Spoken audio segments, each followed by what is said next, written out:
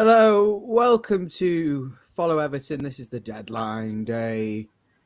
transfer deadline day show.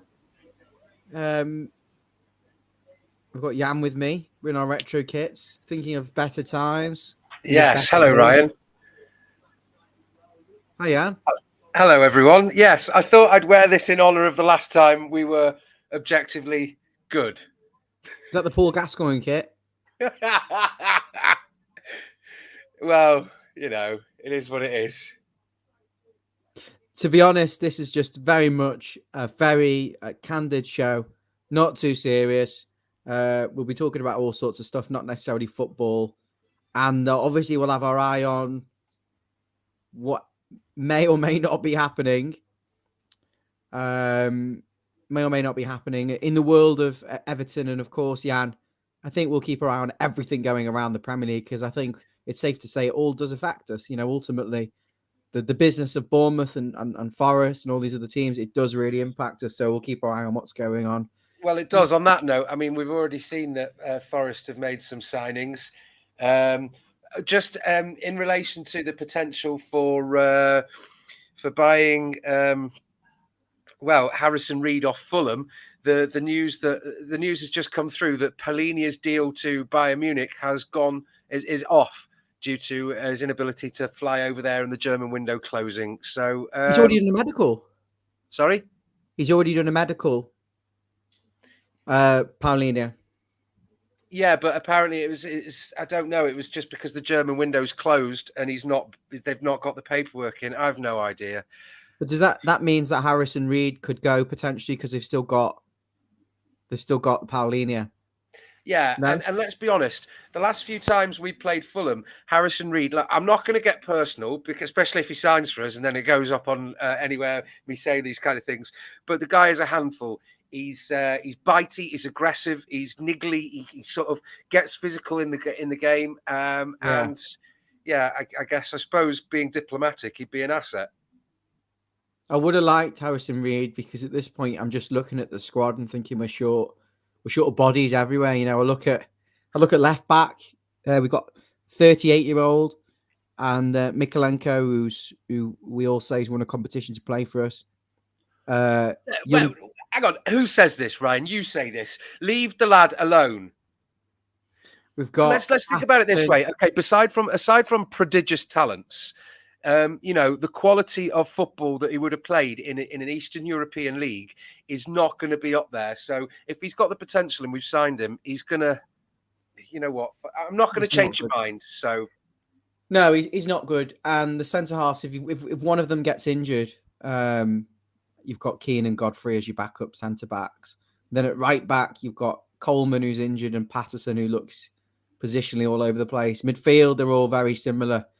And then out wide, you've got three senior players. I'm not really counting Dobbin. I think he needs a loan, but it looks like he's going to be part of it. So you've got Dobbin, Danjuma, Dobbin, Danjuma, McNeil, and Harrison Reed. Harrison Ford. The four of them to cover. You've got four wingers. One of them's Lewis Dobbin to cover the two wide positions. And then the number 10 has got to be just the core 8, or we're relying on Dele Alli to come back and suddenly be good. Because you're seeing Iwobi go, just as potentially that spot could be made his, and Mope go. Either that or we're playing 4-4-2, and then it's going to be between DCL, who's always injured. But what do you want? Do you want Danjuma and Beto up front, and then Danjuma shifting out to the side with Iwobi going and Gray potentially going as well? I think Gray will go in the Saudi window after our window's closed and we won't be able to do anything. Yeah, but no. Okay, you say that, and I just don't even want to entertain that thought because knowing Everton, as Dyche said in his, I would say Sheffield United presser, but it seemed more like a transfer deadline day presser, that we can't be proactive and buy and then sort the squad out from there. It's not like FIFA. Where you're in a good position and you can sort of line up your squad. It seems like the worst thing we could do is end up with nobody to replace Gray and Iwobi, and then Gray goes out to Saudi because the window's still open for a couple of weeks. It's just shambolic. No, it's a complete. I'm on the more negative side. I've got to be honest today. I'm really flat after seeing. I'm really flat. I think we've had a good window up to the point where we needed possibly, if we were letting Iwobi go, you've got to have an attacking midfielder or a winger in. You've got to have Nonto and Namana. I honestly don't care about the money because I look at the fact that the short term risk of our actual mental health being dragged through another 10 months of horror. I look at the bigger picture here, and what's money? What use is the money if we can't spend it? Right. Speaking of, sorry, just got to say welcome to some familiar faces and some that I don't necessarily recognise. But yeah, welcome to everyone. Thanks for joining us for this. We're going to be doing it in trenches, as well, as you might have mentioned when we've had done in previous videos. We'll be joined by quite a few, hopefully quite a lot of the Follow Everton team. But thank you for joining us while we try to add some humour into what looks like it's going to be a bit of a, as Ryan says, a negative and miserable evening. But I'm trying to be positive about it. But yeah, seeing plenty of regular faces. Evening, Rich. Yeah, even Doiskin is already fuming. Yeah, and yeah, Emma and have a look doesn't at think this it's a good comment. one. Ollie, thanks very much for joining us. David, I've already said he's joined us. He's liking the retro kits. Mark, as nothing usual happening. No, as usual, nothing's happening with us. Yes. Yeah, just thank you. Keep sending the comments in. We'll try and get them up. And yeah. Are you watching Sky News in the background there, Ryan? I'm refreshing Twitter. I've got my phone and my iPad in front of me, and I'm rumor doomer. I'm hoping for something interesting is going to happen. I mean, I feel like it's just going to be me and you sat twiddling our thumbs for the next 20 minutes until basically the rota tonight is me and Jan are opening the doom and gloom stream, and then we're going to have Dave and Mabsy. But unfortunately, we've lost Robbie Pritchard and we've lost Stevie to unfortunate circumstances on tonight's stream. Basil and Amy and David are also predisposed. So me and Jan will probably take over again, and we'll just rotate and we'll try our best to keep this slightly engaging I do want to for address you. something here. Seeing as while we're waiting for news to drip in dribs and drabs, please do interrupt me if something monumental happens, like there's a rumour of a youth player going out on loan. Emma's just said this financial fair play confuses me. How many more windows until we can buy properly? Well, it's a rolling 3-year sort of balance on the sustainability. But the issue is, right, we were working in from my knowledge, which is all publicly available, but from what I've compiled and what I understand is that we were working in compliance and with the oversight of the English FA and the Premier League to make sure that we were in full compliance of financial fair play. They didn't find any wrongdoing. So what happened is that they were pushed into referring it to an outside independent assessment at the behest of certain relegated clubs who pushed for the issue. Now, the main issue is that we have what we consider operating losses or outside the acceptable window of losses within the 3-year rolling period of and 180 odd million of that was written off as extraordinary losses due to exceptional circumstances under COVID. Yeah. Now, the thing that's frustrating is that undoubtedly we can all be Everton fans. We're all Everton fans. We can all be very cynical about this. And the frustrating thing is, it seems like we're waiting for the sword of Damocles to fall on us and potentially incur a points penalty. But my issue is Manchester City have been found guilty of hundreds of infractions. Chelsea they've had to introduce a rule and a regulation to counteract Chelsea's amortization to get around these things by having 8 and 9 year long contracts. Now, Man City have potentially gone on European positions, have won the league, have won multiple cups, have won European cups. Now, where's their points deduction? Where's the implication for that when it's proven that they've operated outside the windows of within the rules and regulations, right? Where's their 40-point fine for one season, or where's their if it went over 11 years, where's their 5 years of 10 points or 15-point deductions at the start of every season running for 5 or 10 years? No, because it's about the spectacle of sport. Do you know what? Anyway. Good evening, Wes. I can't believe Wes has come on so early because he's going to be he's got an hour 8 till 9 to do after this as well. You're going to be wanting to stick pins in your eyes. I've got nothing better to do. You're watching it anyway, aren't you, in the background? I am, yeah. Not that there's much happening, but just talking about that thing you just been going on about there, Jan. I read something the other day that Liverpool are also being investigated for breaches of FFP. It's rumours. It's bollocks, isn't it? It was just. Well, speaking of Liverpool's finances, they seem to be quite confident that they're all above board because they've just rejected a £150 million offer from Al Ittihad for Mohamed Salah. Oh, that was the starting point. That was the starting point at 150 mil. They've still got 6 days left of their transfer window. See, Liverpool are going to play that brilliantly because what they're going to do is eventually they'll crumble and they'll sell Mo Salah, but they'll get 200 odd million for him, and that'll rebuild the entire team. £1.5 million a week. Yeah, the player. I can understand that he's a Muslim. It's a Muslim country. Earning that kind of money, there are good players who've gone there now. I can completely understand why he'd want to go. Actually, he's won everything at Liverpool, but you know, it's a bit of a double-edged sword that, because on one hand I'm like, yeah, get rid of him. I can't stand the bloke, but 200 million or something, you know, could rebuild Liverpool's entire team with 4 world-class players. So it's kind of like, would rather him see out his contract, and because I don't think they're going to get the league anyway, but. They make money anyway, Liverpool. They can spend what they want. You know that. The thing is, though, he's 31, right? They could probably keep him this season and still command that figure for him next season because he is Muslim. It is, though. He's the biggest player in Arabic football. Yeah, I get exactly what you're saying. Yeah, no, I don't. Yeah, I get that point. Yeah. Took me a second to process what you meant, but yeah. No, it wasn't like sort of. He's an Arabic.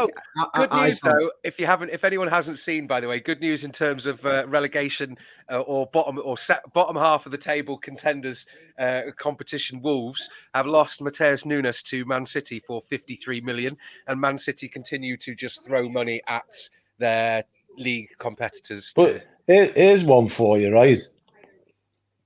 Nottingham Forest have just signed Callum Hudson-Odoi for 8 million. Now we've just got rid of a winger. He's a winger. I was just about to say, He's not good.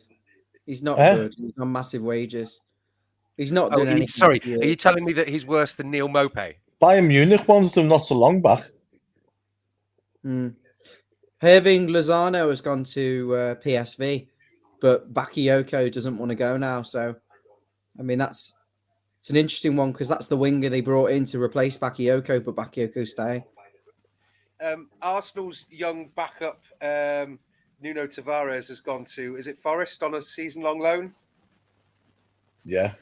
Forest have signed another load of players this window, do they need another double-decker bus? They might need a quadruple decker. But Conor Gallagher is interested in a potential move, or possibly Tottenham are interested in a move for him. What's going on with someone's mic there? He's just been told that Chelsea are keeping hold of him. What? Someone's mic's gone a bit funny. Is it mine? It's not me. I don't think it's me. Crackling. Hello. I'm gonna let me mute you each. Okay, maybe it's you. It's Jan. Is it me? Yeah, it's Jan. Okay. Well, is that better? Whatever you did then, stop crackling. Testing, 1, 2. Is this better? Who's got the TV on in the background? You can leave it on. It's all right. Just quiet. We need you to find out. Something you need to unplug your mic and re-plug it in.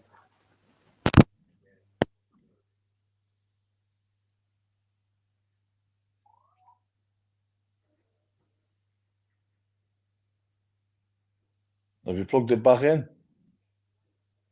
He's on mute. Good evening. Yeah, that's fine.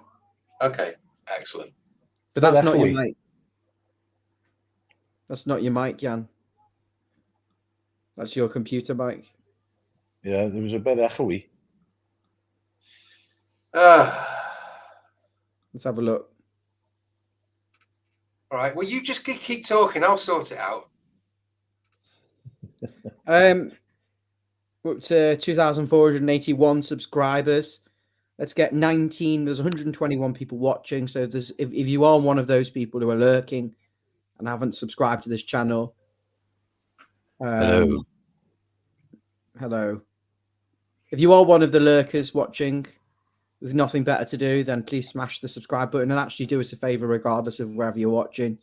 Please like the video on YouTube or Facebook, because what that does is it just helps with the algorithm of the way YouTube videos. I think we're jumping to a lot of conclusions here, is that nothing's going to happen. We've still got 3 hours left of the window, and never forget the Fellaini deal was done after the transfer window shut, or it was done before, but we didn't actually know until about an hour and a half after the transfer window shut. So it's not, it's not the end of the world at the moment. Things can still happen. People aren't happy. No, people. I get that people aren't happy because, do you know what? I've pretty much watched this transfer window all day, and they've gone to Everton outside Finch Farm about twice all day. Sky Sports hate us. They really do. They've been briefed. Nothing's happening. Kadeem, I think, has just asked me, do I really believe we'll sign someone? You should say yes, because we're trying to put some content out. Give people... Yes, I think we'll absolutely definitely sign either Wilfred Gnonto or Sinistra from Leeds. It's possible that if they fall through, we'll have Maxwell Cornet in the background, like urgently speed dialing to get back in touch with Sean Dyche. It'll be like, Sean. He's like, yeah, Maxwell, I'll get you straight in, lad. Absolutely. Like, I love Jet Burnley, and I know you love the claret, and that's why you went to West Ham. But you know what? We'll link up again at Goodison and Finch Farm. It's boss. Yeah. Maxwell Cornet is definitely not happening because he's on the bench tonight for West Ham. Well, do you know? Thanks, Wes. There's nothing happening. There's nothing happening whatsoever. You'll be in the Merchants of Doom. Okay, all right. Well, Shea Adams looks like it's off. Maxwell Cornet looks like it's off. Where's he gone? What? He's staying at Southampton, I think, Shea Adams. What about Suleimana? He's only got a year on his contract, Shea Adams. Fulham was interested, and then they weren't interested. They was after Reed as well. Harrison Reed from... Okay, so Harrison Reed, we're all just stabbing in the dark here. Miso Fem has said Maxwell Cornet has played 18 league games in 2 years. I'd rather sign Jagielka. Fair enough. Divock Origi's gone to Forest. Yes. Really? Divock Origi's gone to Forest? Yeah. This is the thing, right? Wolves have signed players today as well. So our rivals are strengthening while we're treading water. Neil Maupay is going to... What I will... Okay, right. Don't forget that we have done temporary strengthening in signing Young. We've got Harrison and Danjuma on loan, and we've bought Chamiti, one for the future, and Beto, who's already made a... I'm like, let's not pretend like nothing's happened.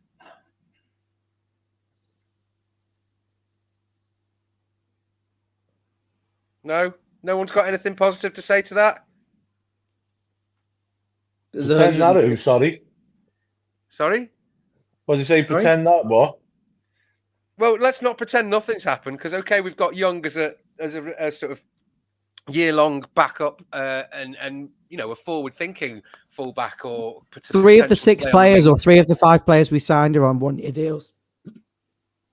Well, Harrison and Danjuma. Yeah, okay, so we've signed Chamiti, one for the future, and Beto.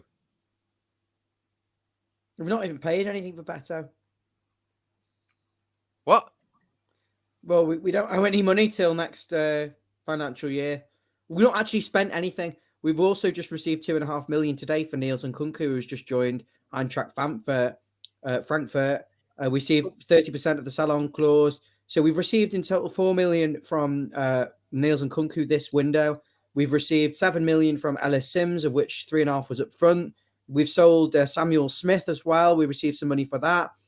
A load of players off the wage bill: Yerry Mina, Andros Townsend, Connor Cody, Ruben Vinagre, Asmir Begovic, Tom Davis, Ellis Sims.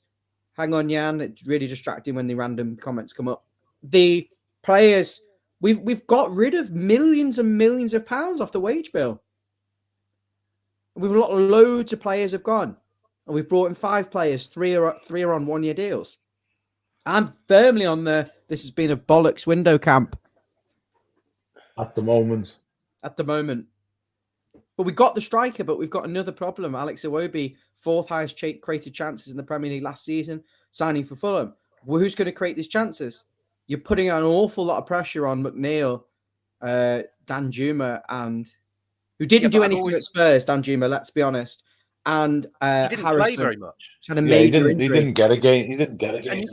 And you could argue that Richarlison's done bugger all at Spurs because he's not the kind of right player. I mean, okay, getting rid of Kane might improve the style of football that Spurs play because they're not just wanting it to Kane, although Son and did have an element to their game. But then again, we've seen for the last few months that Richarlison has not integrated into Spurs' setup. Yeah, someone's just talked about Delhi, Rugby Toffee. I agree. Delhi has to be the saviour. I just think, we've brought in 5 players. 3 are on loan. 3 are on 1-year deals. Beto, of course. But we've lost loads of players. We've cut the wage bill massively. I just expected a little bit more. We were 35 minutes away from relegation last season. Maybe I'm being too negative, but... Thanks, Ryan. Didn't need a reminder of that. The bottom of the league, guys. We scraped past Doncaster, and that was because one of the players who were selling played a 1-2 with one of the other players who'd just come in, Neil Mopey. It's not good, is it? I'm disappointed. I'm disappointed. If someone had said to me before deadline day we were going to keep everyone else, Iwobi, and Gray and all them, and we would have kept them and we'd be all right, I'd be quite confident. It's all about feeding Beto. About feeding Beto. And now I just think you're losing players. We can't replace them. The thing is, for the manager in his post presser after the Doncaster game to come out and say that there was deals to be done and people going out and stuff. He's putting himself on the line there. You know what I mean? And then for them to go all day without sort of being a sniff. Yeah, there's rumours. How the Nonto deals got being restruck, I don't know, but as far as we were concerned, that deal was dead, and we was looking into that Sinister instead. Yeah, but he's going on loan. It begs the question that we've played this. We've quibbled over a couple of million here and there on players repeatedly over the past 3 or 4 years. That you could argue, even if half of them lived up to what we thought they were going to be, and we'd actually signed them, then we wouldn't be jeopardising our league standings and risking the Premier League, risking relegation and the Premier League TV rights and everything. And okay, so there's parachute payments, but the guaranteed revenue of Premier League football. And we're splitting hairs over a few million. So if we offered 26 million or 25.7 for Nonto, are you telling me that 4.3 million is worth splitting hairs over a player that wants to be here and has a lot of promise and is quite threatening and is immediate replacement for the kind of players that we're getting rid of? It just makes no sense. I just want to give some update. Sangare at PSV is joining from Nottingham Forest, 35 million. I think Forest are going to be safe, even though they're losing Brennan Johnson. I think they're strengthening across the board. The thing is with them, though, Forest, right, is they've shelled out a hell of a lot of money and not sold a lot of players. They keep buying players. PSG are getting Kolo Muani, and that was thought to be only happening if Ekiteke, former Everton target, left the club on a permanent deal. But that looks like it could still be happening. João Felix and Cancelo is at Man City. They look to be going to Barcelona. Mabsy is going to be dropping in 3 minutes for myself and Jan. I'm just seeing if there's anything happening.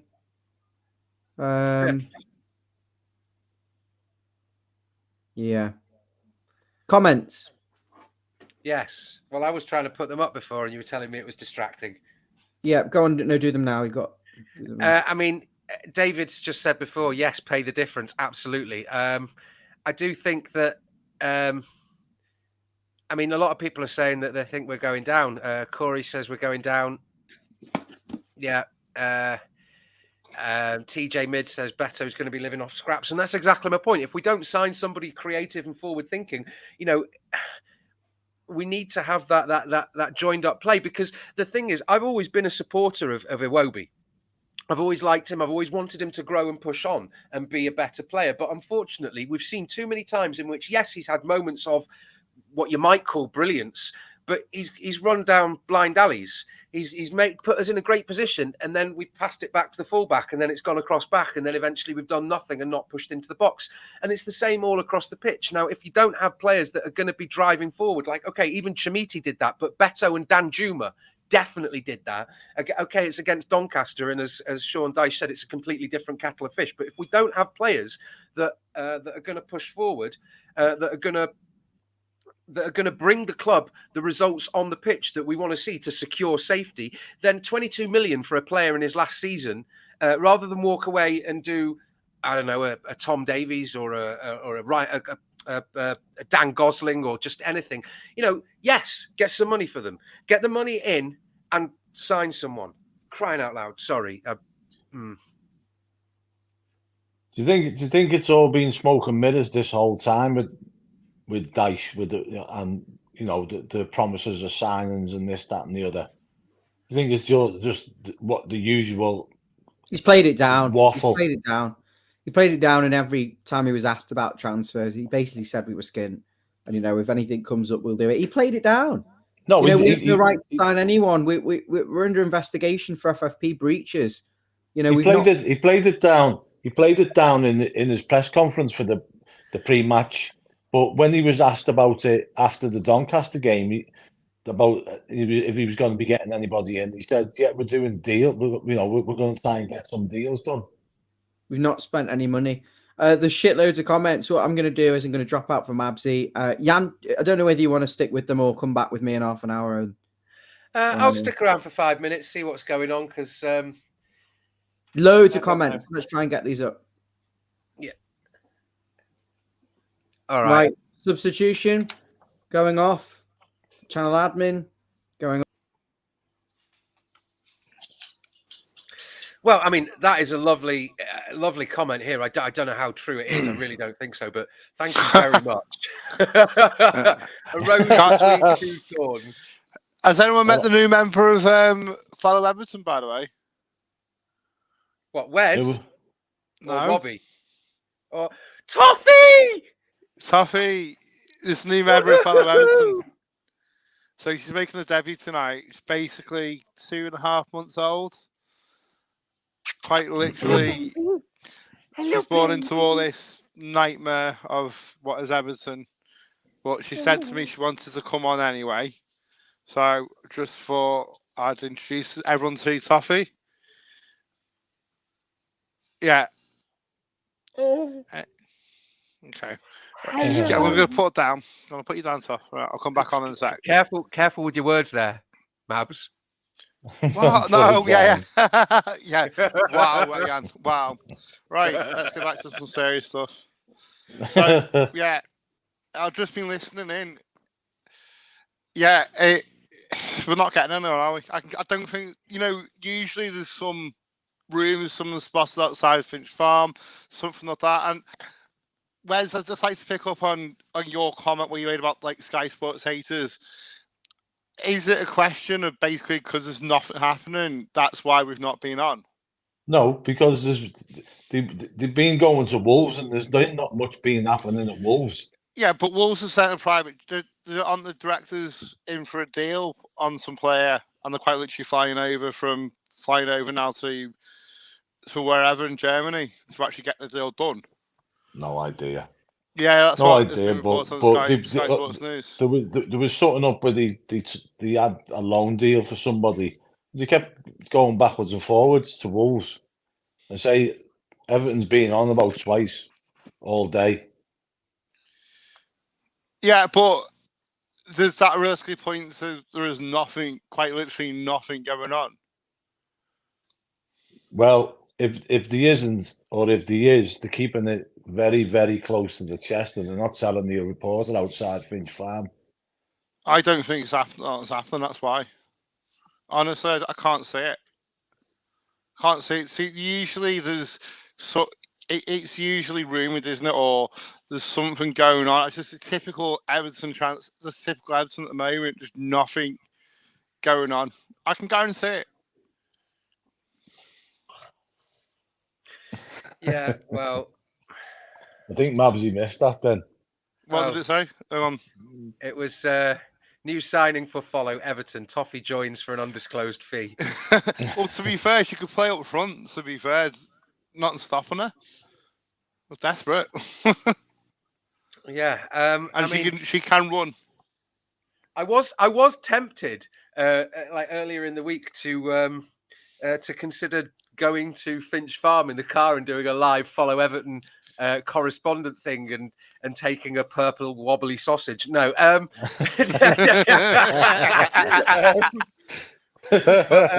but unfortunately, my car is in the garage getting some panel work done. Yeah. So yeah. Look at this. After that incident, right? That's when they put the Sky Sports reporters either in the stadiums or in the training grounds. Yeah, BBC website, business that Everton has done. That kind of sums it up, doesn't it?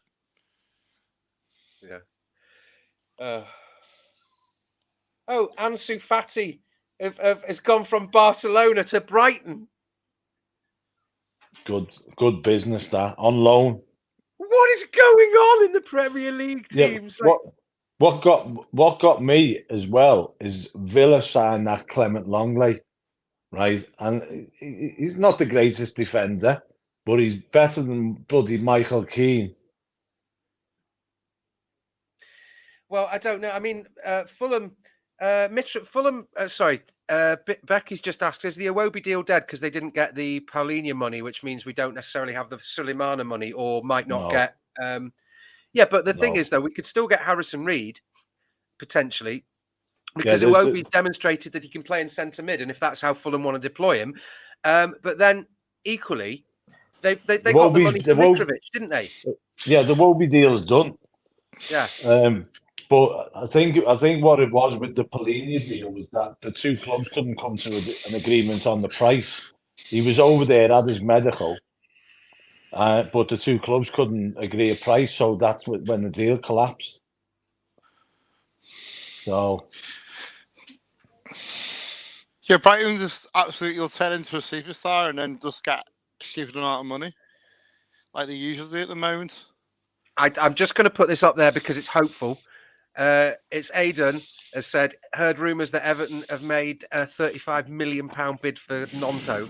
I don't know about making a bid for Nonto, but I'm hoping it's not nonsense. Oh, that was terrible. Okay.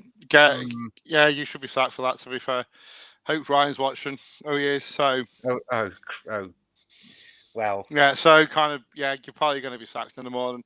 You're getting sacked in the morning. Well, at least I won't have to be. At least I won't have to be tied into. Oh no, I'm still locked in for the season-long misery with my season ticket. Charles Stevenson is joining us. Always lovely and insightful fella. Charles, thanks for joining us. Everton still hopeful of one signing.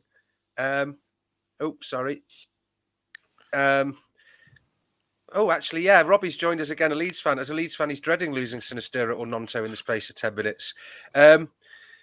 But well, so Charles has said Everton still hopes with one signing. Just to follow up with that there, Jan. Sorry, Robbie, if you're listening, what's the news on your side there from coming out of Leeds? I just don't. I can't say it. Cannot say that there is. I'm just going to be the misery. Let's face it. There's no one coming in. It's just typical Everton crap at the moment that's going on.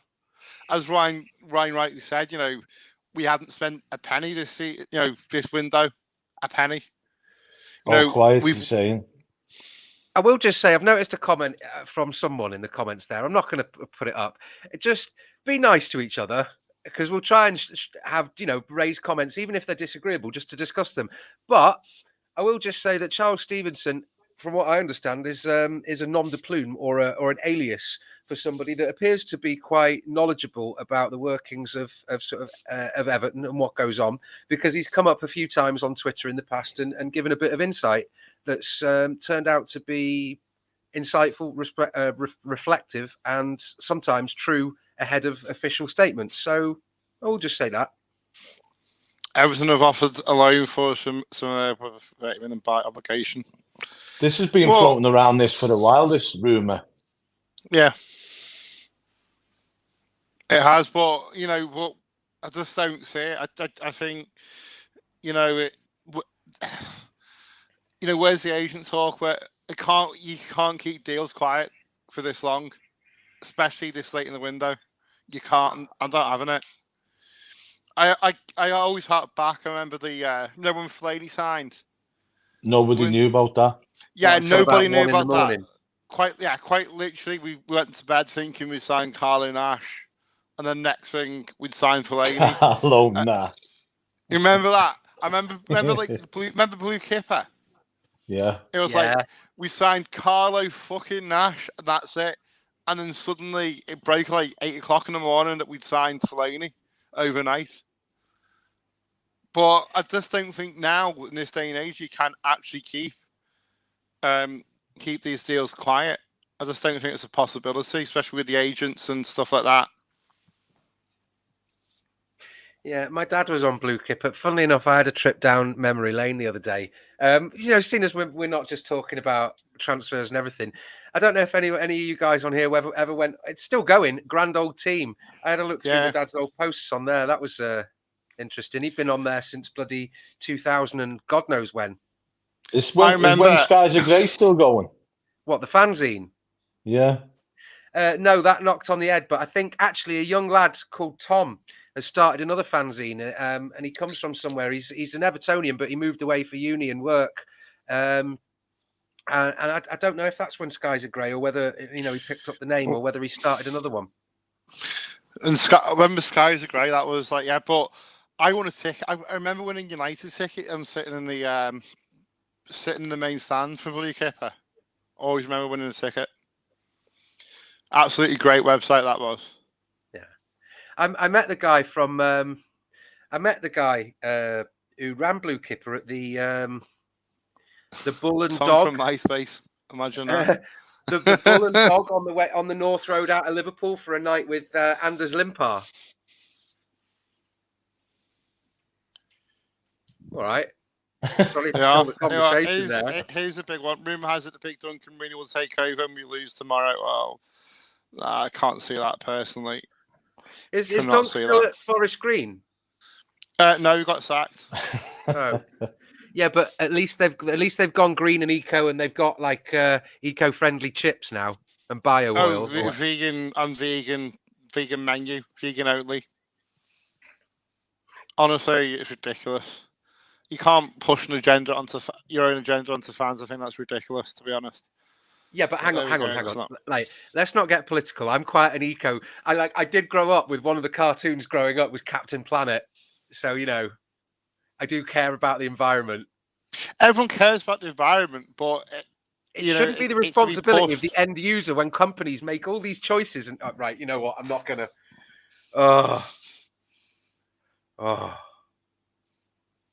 Anyway, yes, everyone's saying here, Eugene and Ryan's just said, honestly, thank you for joining us for this. We've got quite a lot of you on here. And yeah, do just hit like and subscribe. Tell your mates. Tell everyone. Hit the notifications for all the videos that we do. Yeah, it's just that random stuff. To be fair, I think we had. Remember that Villa complaint? Was it a Villa fan complained to us that we just chat rubbish? I know insight when we can. Oh, that's ridiculous. Yeah, I'm sorry, but what exactly are we going to sit here for 45 minutes? It was the preview, I think, of the Villa game, wasn't it? And yeah. are we going to sit here for 45 minutes dissecting how disappointing the Fulham game was, how our pre-season was flaccid, and how we have very little to offer, and we're in dire straits, and it's probably going to be a relegation battle? Do we really want to sit here and talk about tactics that we know we could analyze to death, but it's not going to happen? The only deal I'm hopeful of is just get Malpai to. Was it to Fulham? Who was Malpai going to? Brentford. Malpai? Brentford. Yeah, happy. I don't know why they're signing him. Happy days. Take him. Hopefully, I know it's a loan, isn't it? Has he got an option to buy, or? I mean, why are they signing him? Pack of Haribo. What, we've got to give them a pack of Haribo? Yeah, okay, we've got to give them a pack here's of a conversation. Super mix. Pax Radimi. I'm sorry. Please let me know if I don't know. You sound like a Pokemon or a dragon name that I can't pronounce. How do you feel about what Dyche has done so far? Do you think he will last much longer? At the end of the day, he's not been backed, has he? Let's be honest. Okay, yeah, he's made some wrong moves. I totally get that. He has. But he's not been backed. And let's be honest, we spent nothing this season. Okay, we got Beto, absolutely, saviour. And let's hope he can do some wonderful things in the Premiership. The saviour of that game. But at the end of the day, what can you do? He's not a magician. And who's going to come in and do a better job? Let's not beat around the bush. The only thing I'm really annoyed about is us losing Tom Cannon. Yeah, honestly, I just hope that is a sell-on thing or a buyback even option. Buyback, absolutely. Buyback is the way to go. You look at the shito across the park. They do the business. I hate to say it. It kills me when I say it, but they did the business. They put the buyback in. So basically it's an effective loan. Everton are absolutely rubbish when it comes to transfers. They are. Yeah. They're terrible. They can't when they're linked with somebody, it takes them forever to get the deal done. And then the players bugger off to somewhere else because it takes so long. And another team comes in for an extra 2 or 3 million. Do you know the frustrating? I won't pay that. The frustrating thing is, though, that we've seen a decline in, and I don't know whether it's all about the TV circus. What used to be the case for Everton, at least, is there wasn't this constant back and forth of rumours and speculation and agents and nonsense trying to publicise it and make it a spectacle. It used to be the case that Everton are interested in signing this player, news release or something's leaked out because we'd already had talks and there'd already been booked a medical. And then, we wouldn't get all this speculation back and forth and competition trying to hijack it and players and agents angling for a move. It used to be, okay, we put a bid in for this player. Christ, who are they? And then next thing you know, an hour or two later, the bid's been accepted. They're but then times are gone. As times are gone, because at the end of the day, the people that are putting these rumours about aren't Everton. It's either the selling club to see if they didn't get any other interest or the agents of the player to see if they can get anywhere better club. That's the crux of it. There's a comment there from Mess FM. Dyche is absolutely zero pull for signings and zero plan B. His plan A is peak hoofball, so I'd rather get rid. Now, okay, then Dyche is not the person who gets involved in the transfers. It's Kevin Thelwell, right? So Kevin Thelwell. But surely there must be other meetings who Dyche wants. Yeah, of course. Yeah. They have. Obviously, they get together and the pinpoint players, and then Thelwell goes out and does all the negotiations and whatnot. Now, my point to this, what I'm trying to bring up, when we had Marcel Brands, right, well-known and well-renowned figure in the footballing world, went to Barcelona and he went, right? Who have you got available, right? If Kevin Thelwell goes to Barcelona and goes, who have you got? They'll go, well, who are you? He's not a recognised figure in Wales football. He's somebody that came from Wolves as a sporting director. You know what I mean? Yeah, And but let's face it. End of the day, Marcel Brands wasn't allowed to do his job at Everton, so he wasn't even doing no, that. he wasn't. Yeah, but that's not my point. What my point is, Kevin Thelwell can't go to all these top clubs in Europe and phone them up and go, who have you got available? Because they'll go, well, who's Kevin Thelwell? If Marcel Brands do that, he's more recognised in the world of football than Kevin Thelwell will ever be. And he goes, I'm Marcel Brands. All right, I've got Marcel Brands on the phone. What players have we got available? Yeah, but if they're in a selling position, they won't. They'd still tell you because they're still trying to sell the players, aren't they? They're not thinking, "Oh, we're not going to deal with you because we don't know who you are." Well, hang on. I mean, it may not. I think. Are you trying to say he's not got the contacts? No. What I'm saying is that comment that was put up there from Mess FM was about Dyche having zero pull and all this, that, and the other. And it's not Dyche that goes to these clubs and asks them if they've got any players available. Agents get in touch with clubs and they offer their players all the time.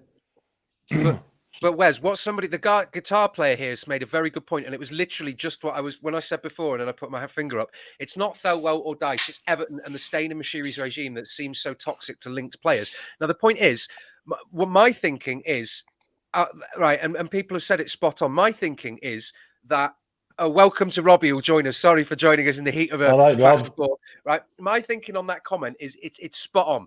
It's exactly right, because managers and employees of a football club come and go. The transition, the mainstay, the foundation of a football club is the style of football. Now, it changes over eras and generations, and and managers bring that. But you think of United as being hard hitting. You think of Chelsea as being bang, bang, bang at you.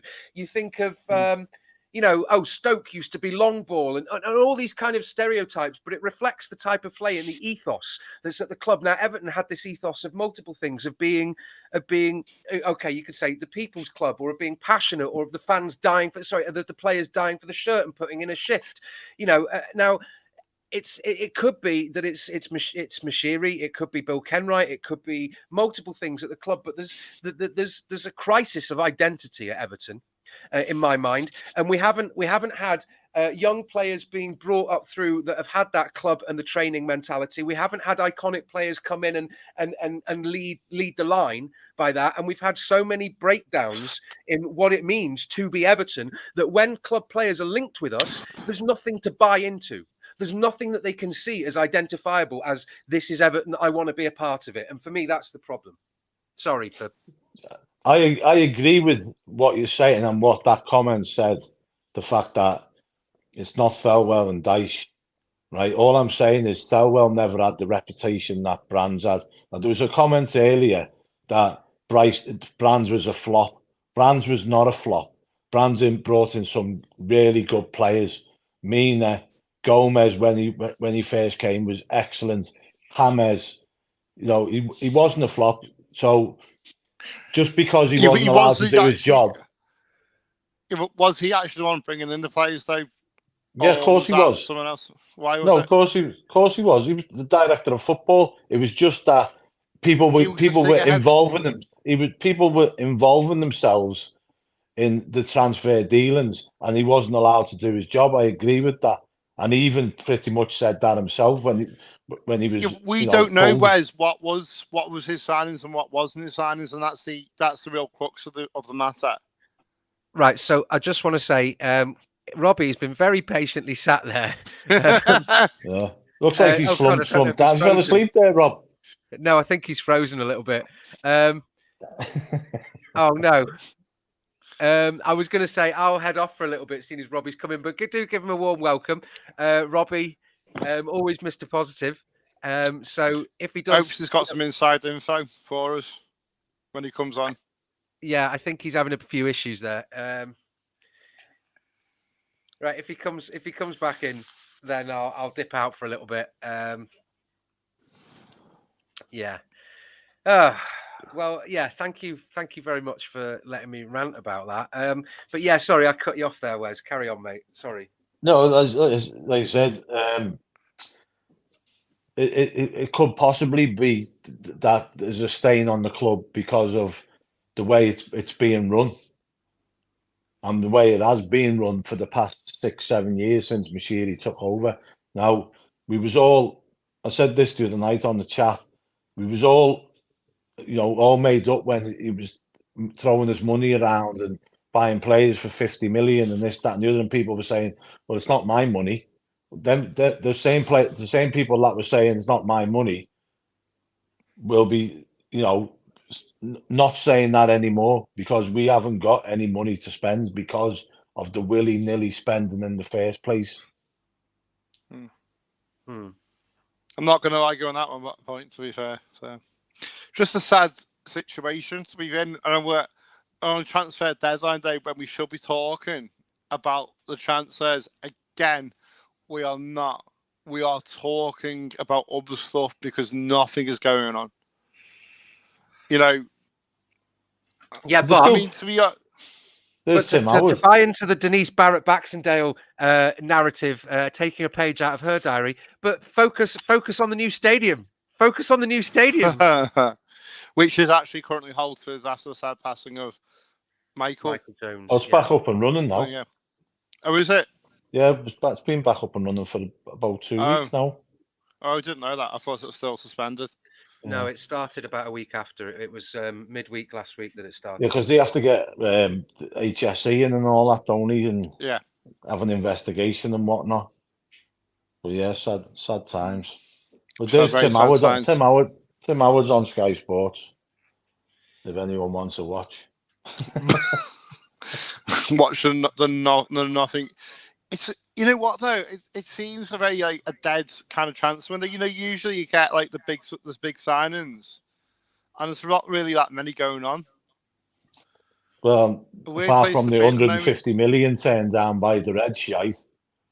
Yeah, but again, that's their stupidity, because at the end of the day, what's going to happen with that is they'll come in after the transfer window and they'll suspend it until January, and then they'll get the kecks taken down on the next whoever they want, because they know they've got 200 million.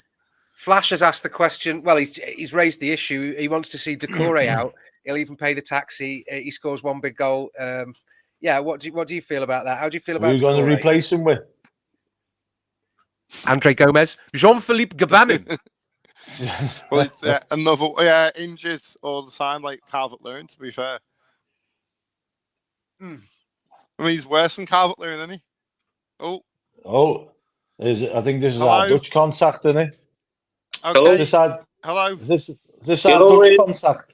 Hello, it's Van der Groot.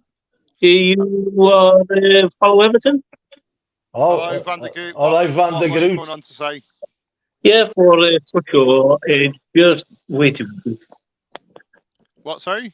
Yeah, from Amsterdam, the Jared Brentwaite is highly thought of here. 50 million euros is coming to Everton. Is that a good deal?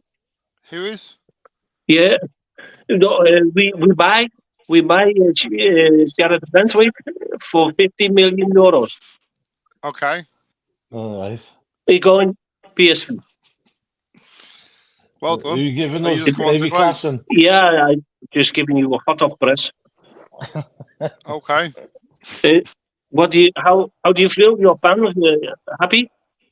I don't know. It's a bit muffled there, Van der Groot, all the way over in Amsterdam. Yeah, it's coming through. Why are you not partying like in Amsterdam?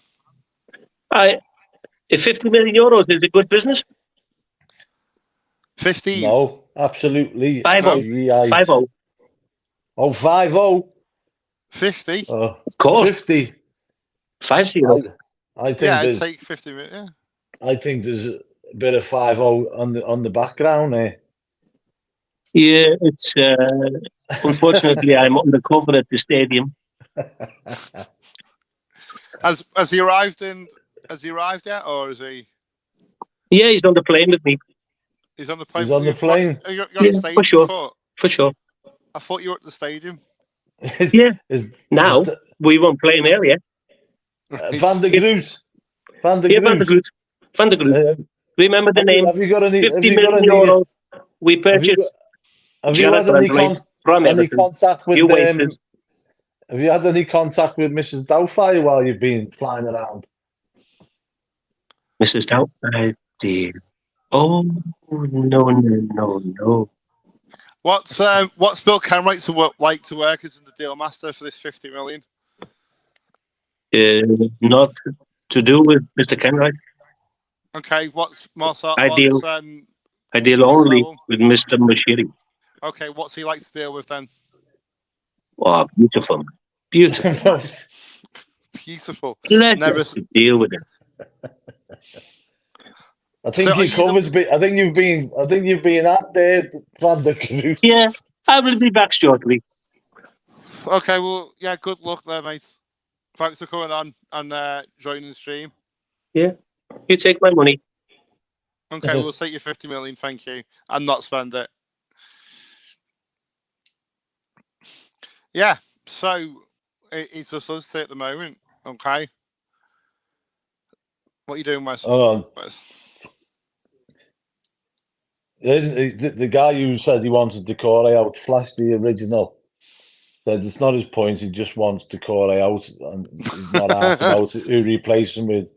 But the squad's already, thin on the ground as it is. So if you get rid of another player, who will be put in his position? And it's a question of who's going to buy him. Who will actually buy him?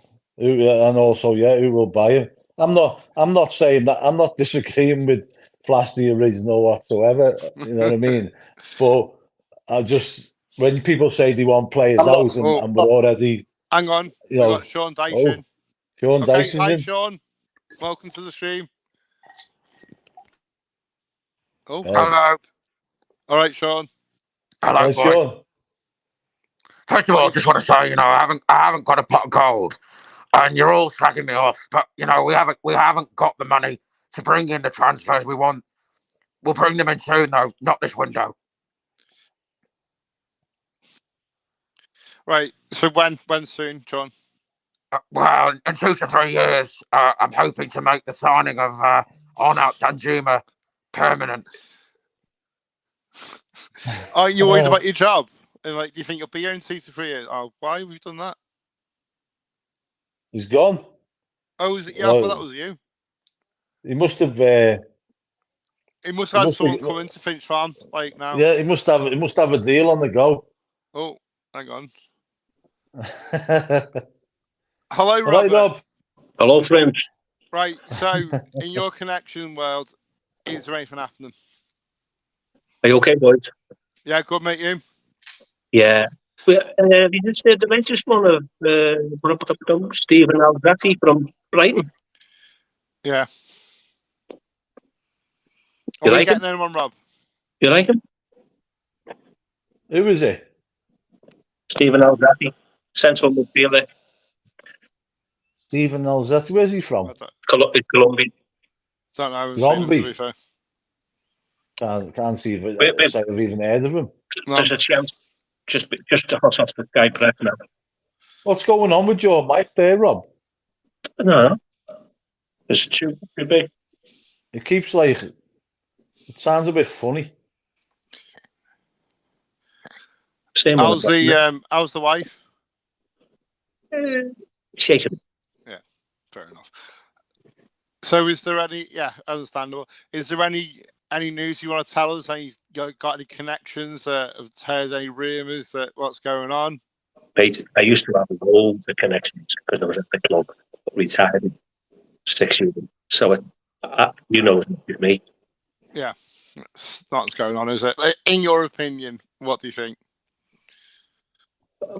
Well, between Cornetto from West Ham, Gnonto, or that West Cornet last night at Southampton, yesterday, was it?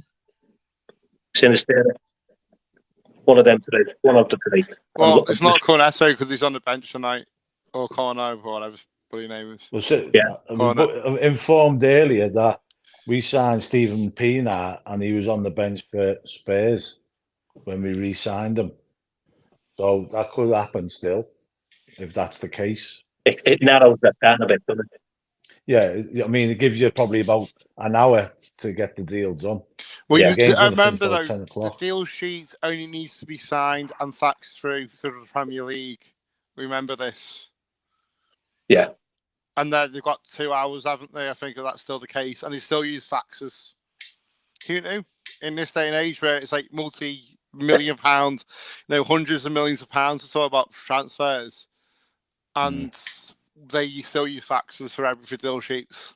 Crazy. Yeah, was it the January transfer window or the window before that, and it was a bank holiday, and we couldn't register It was last transfer window. It was the August bank holiday transfer window. The Leeds, that was the Leeds saga, wasn't it?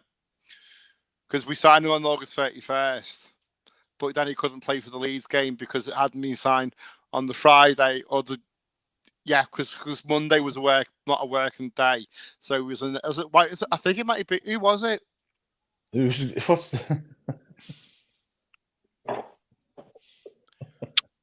So am I coming through funny? You just keep breaking up. To be fair, mate. Yeah, I don't know what's going on. With it was fantastic last night. I'll go off and just won't be like it. Right. Okay. So I think was Robbie still there? Were you? Yeah, I think he's going off now. So is Mike. Sound. So, has anyone got any made-up rumours they want to just absolutely crazy they've seen in Liverpool Airport today? Just flying in, or Manchester. Just happens to be flying in wearing an Everton shirt. Hannah's busking outside Finch Farm to raise transfer funds. That is very true. Robbie is clear, apparently. Yes, I know we're getting into Manchester. Go on. It was an A380 from Dubai.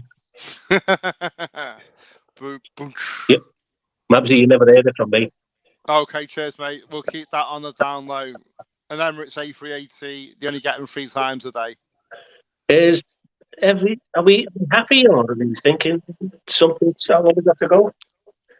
8:30. What? Long time, I said that. You usually hear something that by now these days. It's not all cloak and dagger anymore because their agent is, leaking all that. You know what? All this paper talk. His agent's trying to sell players to try and get their clients the best club and the best money. If someone's going to come along, they will quite literally sing it from the rooftop just in case another player is wanting to come. Another club wants to come in. Did I just see Jan there? I think he's back from this busking. Jan, where are you? Who's actually doing the bringing people in? Is it you, Wes? No, it's not me.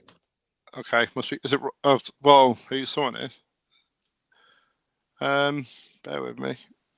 I haven't used this in a long time, and I don't know how to use it. To be fair, I need more lessons because usually I could actually do it. I only end. You know what though? I'm an expert at ending streams when it shouldn't be. Absolute embarrassing. And I apologise to anyone who was watching your Villa stream. I was drunk and I just dived out and I accidentally pressed end instead of just swiping up. I was just got overexcited. So really sorry. 2035. Gnotto is not coming. What was that? With no signings, can you name your first game? Gnotto is definitely not coming. Well, no, we're getting no one then, are we? Let's face it. It's another rubbish transfer window for us, and we haven't spent a penny. Not spent one penny, and at the end of the day, we're going to have to spend probably 20 million on Dele Alli if he plays enough games. So the thing is, if they don't bring anybody in this window, the fume is going to be unbelievable at the next home game. I think Twitter's going to be alive at like 11 o'clock, let's be honest. Somebody did ask the question about before about the first game and the score. Now, I have it in my head that the first game I went to was, I know it was I think it was a game I did go to, 92-93 season, home against QPR, where we lost 5-3. I know that was one of the first, but I'm pretty sure one of the, unfortunately, I'll never be able to know what my first game was, but I know I went to a game at about 4 or 5 years old. Who the hell is... Right, What? who's dicking around with the... Mr. Glittery Wallpaper. So obviously there's someone who's managing the stream. Robbie Burns' boyfriend. Bold retro shirt, connoisseur, and Wes's I love Ashley Cole. Happy days. What does it say? I love Ashley Cole. Robbie Burns' boyfriend. I'm saying nothing. Who did we sign Graham Sharp from? Dunfermline. Was it Midlothian? Yeah, Dunfermline. Dunfermline, yeah. That was it. Well, I wasn't a million miles away. No, it was Scotland. Right, guys, I'm going to shoot out and I'll probably be back if we sign someone. I'll see you in a bit. Okay, so see you in about 18 months then. Yeah. See you later. Bye. Bye.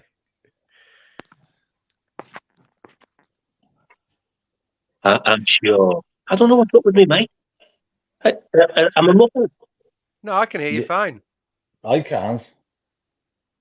How was that? It might be because you're both over the water. We're going to sign 2 players between now and 11 o'clock. Bang on. All right. Is this like a spread, like more or less than, Someone's asking about the Awobi. Would you stop him going? If we're not down in the... Wow. He's already gone. The deal's done, isn't it? I can always tell him. Craig's just at the point we can't stop the Iwobi deal. Maybe we, quite rightly, we can't afford to. It's better to let him go for an amount of money than to let him walk in the summer for nothing. Exactly. Just put it out there, boy. Yes, Flash has just said Bowen's just scored 1-0. Days. Excellent. That's good news. I've got something slightly more exciting. Speaking of Bowen and something slightly more exciting than Everton on transfer deadline day, do you remember Bullseye? No. Look at what you could have won. Yes. Look at what you could have won. Premier League survival. Look at what you could have signed. What's the relevance? I don't. Smacking. Lovely smacking. Super lovely smashing great. Yeah. Well, let's have a look what you could have won. Oh, a speedboat? Why do I want a chuffing speedboat? I live in Sheffield. Oh. Anyway. Oh, wait. 5 minutes old. Stand by. Just coming in. Oh, they've been to every ground pretty regular during this transfer window. And they're at Villa, who have literally signed one player all day on loan. And they've been to Everton twice. So I don't buy into all this leak. You usually hear something and it's leaked and all this, that and the other.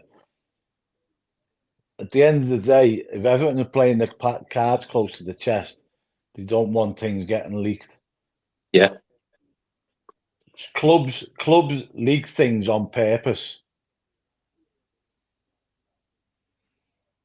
Yeah.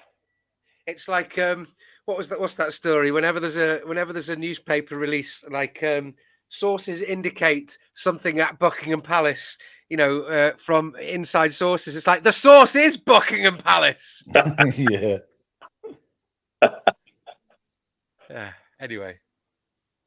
The thing is, right, is a lot of these rumours and all that come out. They can, if the club doesn't want them rumours to come out, or the player doesn't want them rumours to come out, or the agent doesn't want to come, that could jeopardise the whole deal. So all parties need to be in collaboration as to what information they're given to these, you know, Sky Sports and BT Sports and BBC and all that.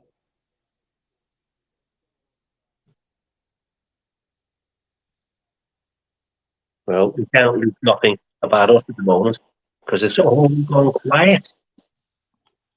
It's probably not even on Twitter, is it? It's literally, we could have had him, but we could have had him. But we might get in, but we're not getting in at the moment. Like I said, I don't know how much money Forest have spent. Oh yeah, we're at Finch Farm. That'll be someone going. Yeah, there's a coach from Opie and there won't be. Still got 48 seats left.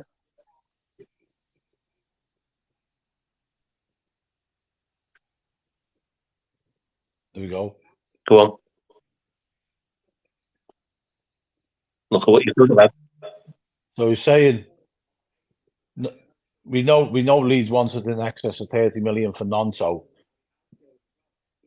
Southampton wanted in excess of 30 million pounds for Sulemana. But any deals look like it's going to be loan deals. Meaning we're going to sign him over 15 years. Do what? We're going to sign him over a 15-year contract. Yeah. A loan deal, £1 a week. Getting them on the catalogue. Yeah, do you know what? You can buy a couch from DFS easily, can't you? Yeah. Oh, my ass, you went to that. What a Finch Farm. So the Tom Cannon deal's not gone through yet, by the looks of things. Is that a good deal? Would you sell him for 7? So the lights are still on at Finch Farm, but a lot of the press members have left.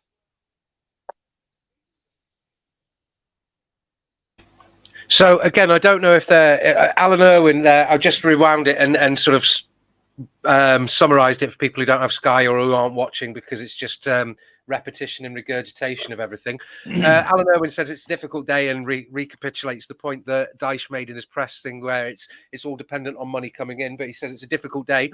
Nonto price in excess of 30 million. Sulemana also similar, so it's unlikely that they'll go through. Iwobi is pretty much a done deal, just waiting for confirmation. The same with Tom Cannon. Cornet is unlikely based on what we've been saying on here because he's on the bench, but it doesn't necessarily rule it out.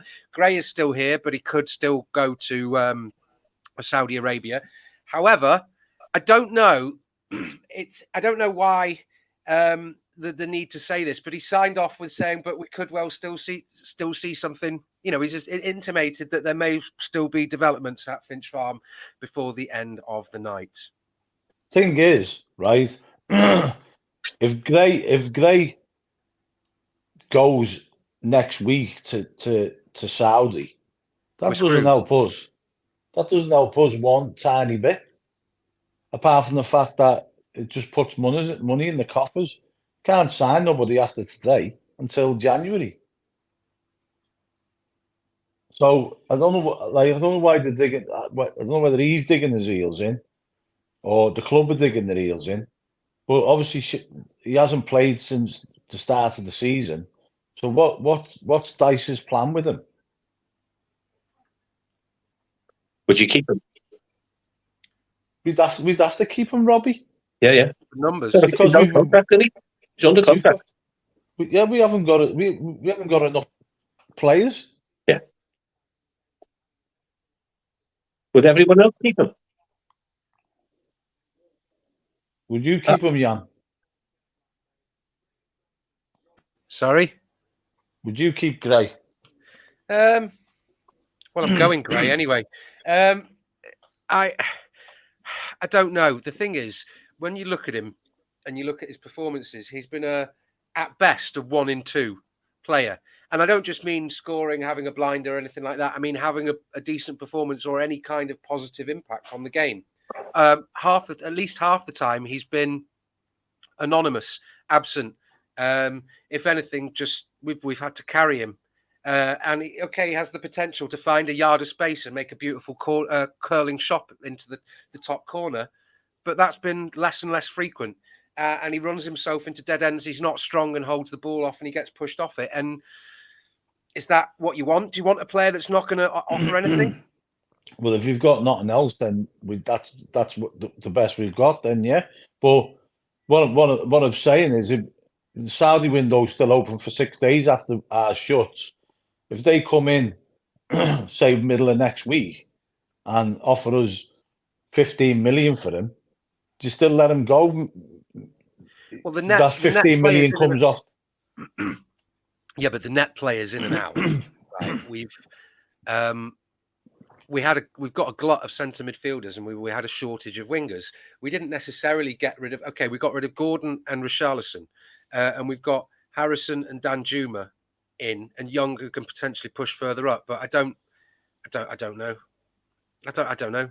It just depends if the money's right. I think, as Dyche has said, are we running it like a business? But then you also have to have the viability of a business. If we're not gonna, we can't have been running as a business because we're letting we've been letting players leave for nothing. I didn't say we were running as a good business, as a well-run business. We're the Wilcos of the Premier League. Oh, we're not even that. We're the Nettos. We're on the yeah. So let's get to the trade book. Looking at the latest info now, Corners has been told we can go. Only 2 hours, 2.5 hours before the deadline finishes. So we can sort of contact and buy him, and he has his medical tomorrow. But I think as long as the paperwork goes through by 11 o'clock, then yeah. So can you have a deal that's dependent on a medical being passed? Of course. A medical is just part of the making sure the player is fit and all that. It's not part of the contract, is it? Yeah, but what I'm saying is, can you put the paperwork in and then rescind it, as a condition? No. It's a bit strange, isn't it? Yeah, you're taking the risk. But if Moyes said, "I don't want you," you're going. He wouldn't be on the bench tonight, would he? He'd be going. This is what I'm thinking. I'm thinking if Moyes was saying now and said, "Look, you can go and find another club," then you give him that chance on deadline day to find another club rather than have him on the bench. Surely. But how's he going to find another club? Mind you, it's his agent, isn't it? His agent. Yeah. But yeah, I mean, I'd imagine that the deal can still go through, even if he's sitting on the bench. If the clubs are talking to his agent. But you wouldn't buy him before checking him out on his medical, would you? We couldn't do that tonight. Well, we did with Jack Harrison, didn't we? We took him on loan, knowing he was injured. Yeah, true. Iwobi's got a hamstring injury. Exactly. Yeah. But I don't know. Bring back Alan. Are you a bit deflated, boy? Deflated? Are you a bit deflated? You know what? I'm kind of expecting it from Everton nowadays. It's like it's you know what? It's like, to me, the deals that have been done this window, it's Mashiri from when he had that interview saying, if you want a striker, get you a striker. And he's got, well, I've got you a striker. It's 9 months too late or 6 months too late. So Ryan raped Fabrizio Romano, doesn't he? Is what? he says it's a good sort for Fabrizio Romano. Yeah. Well, that info about Corner has just come through now. 23 million for Corner. From Fabrizio Romano, Yeah, is it? he's close to joining the top league. Yeah, he's a very good. Him and El Bobble had a major sort of face off the other week on Twitter, didn't he? He was going on. He was saying about the Nonto deal. Yeah. Also, and El Bobble was saying no, it's not happening. I think it was Nonto anyway. He was saying no, it's not happening, and then eventually, I think Alan Aaron as well. Alan Myers turned around and said it wasn't happening. Then they both backtracked and agreed with Fabrizio Romano. But Romano was banged on the nail with Beto. Yeah. So at 2050, Fabrizio Romano said 23 million attacker is close to joining Everton. Wow. Only way you're getting Nonso is 35 million in cash and a generous sell-on fee. No, Everton's not putting up 35 million up front, are they? They only bought him last chance. year for 5 million now. I know, but it's his age, isn't it? That's what it boils down to. He's a fully, Italian international as well. Youngest ever Italian international. I think he was the youngest ever Italian goal scorer as well. So a couple of years ago, 30 million was nothing for us, wasn't it? No. We spent 30 million, give him 100,000 per week. Yeah.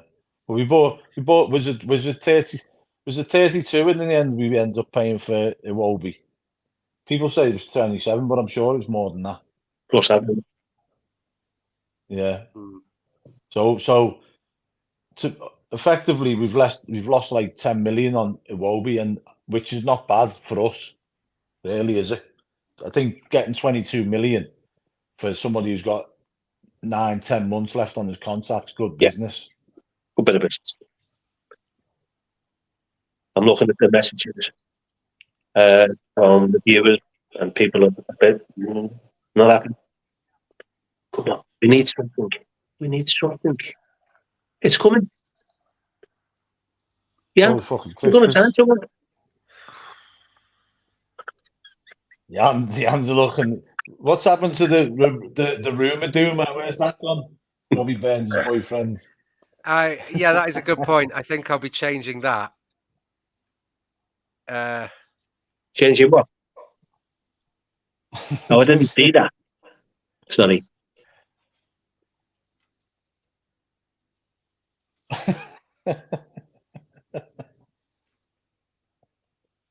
There we go.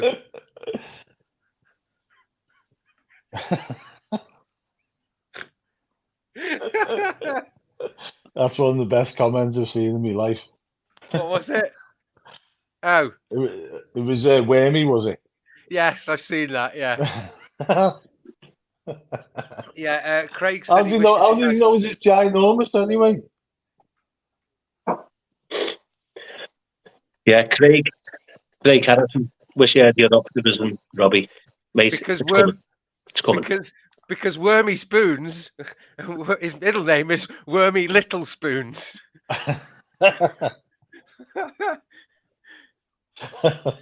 And it's Daniel Big yeah, never mind.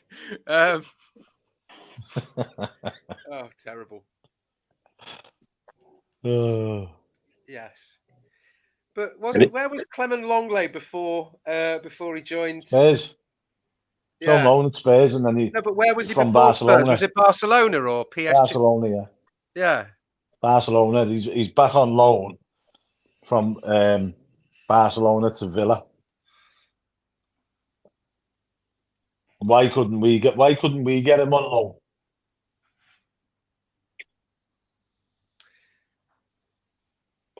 I mean, I don't know why we couldn't have DCL and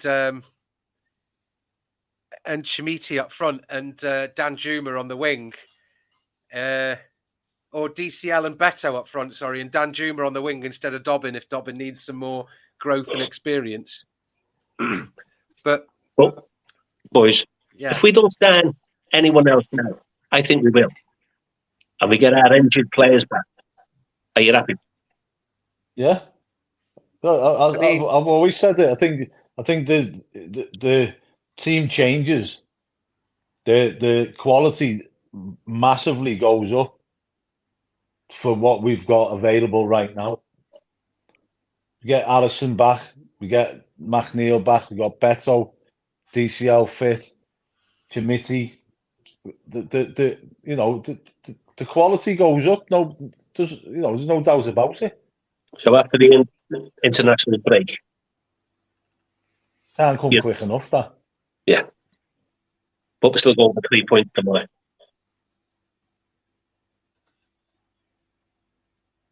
Are we having 3 points tomorrow? Of course. Not going to say no, am I? Jan, 3 points tomorrow, mate?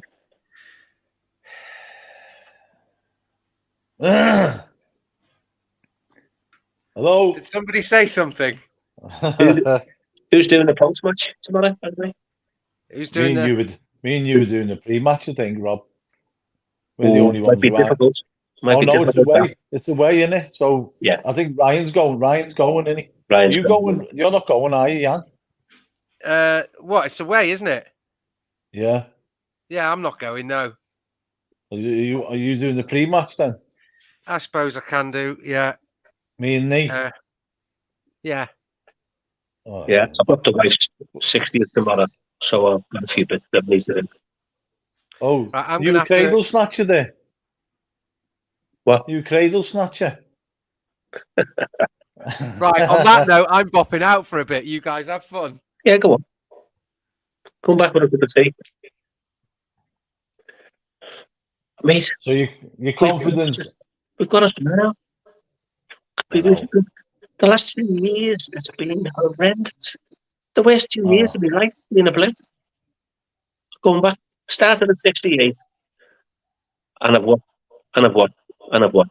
I've loved, I've enjoyed, I've cried.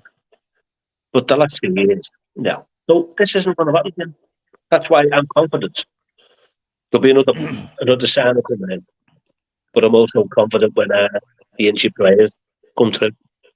Yeah, but we've got to. The issue then is keeping the injured players fit, because as we seen the other night against Doncaster, above and beyond them injured players, the rest of them are absolute garbage. Yeah, but they are, aren't they? Yeah, let's say average. Blue Nose Dublin, Robbie, what was your first game at Everton? Everton and Spurs, 0-0. Never even thought. Should have just left. Should have left then. That was when Brian Bowman was playing, Martin Shearer, Alan Gillsey, Steve Perryman. You're talking about a quality side then. So on the day, Steve Perryman. Yeah, I'm old enough to remember Steve Perryman. On the day, Everton getting the point was a good point. You only got 2 points then, wasn't it? It was a win. 2 points, 1 point for the draw. I remember years ago, and I'm talking years and years ago, when I was in the Sea Cadets, we were collecting down the Albert Dock, and the whole Tottenham team came down to the Albert Dock. Glenn Hoddle, Garth Crooks, all the R1s, Ozzy Ardiles and all that. They all came down because they were running. They were staying in a hotel along there, and they were running up and down, and then they all came down the Albert Dock. They were all sound. Did you get any autographs? No, I didn't want any autographs off Spurs players then, Robbie. I was only interested in Everton. But you know, when you were a kid, did you used to wait to get autographs and have a little autograph book? Me? No. Yeah. No. Oh, mate. I was about 10 years old at HBO. The Waversley, the mystery, we used to call it. They only called it the mystery because there was a murder there and they never solved it. So Waversley Park used to have a show every year. And Brian Bowman was there and Ian Tension. And I went to them. I knew they were. asked him for the autograph. St. John told me to knock off. I was a little boy. And Brian O'Brien had a word with him and said, hey, bang out. He signed it for me. What a champion. Brian O'Brien. Chris just asked me what Chris Lice just asked me what my first game was. I can't remember that far back. I think it was a reserve game actually against Man United. What year? I think it was like the early 80s, probably round about 81, and it was Everton against Man United reserves, and I remember my half fella and his mate Bernie stood in the main stands. It was freezing cold, pissing down with rain, and they both had a hip flask each. And you know what? I think Everton absolutely battered them 4-0 or something like that. Was it Goodison? Goodison, yeah. Yeah.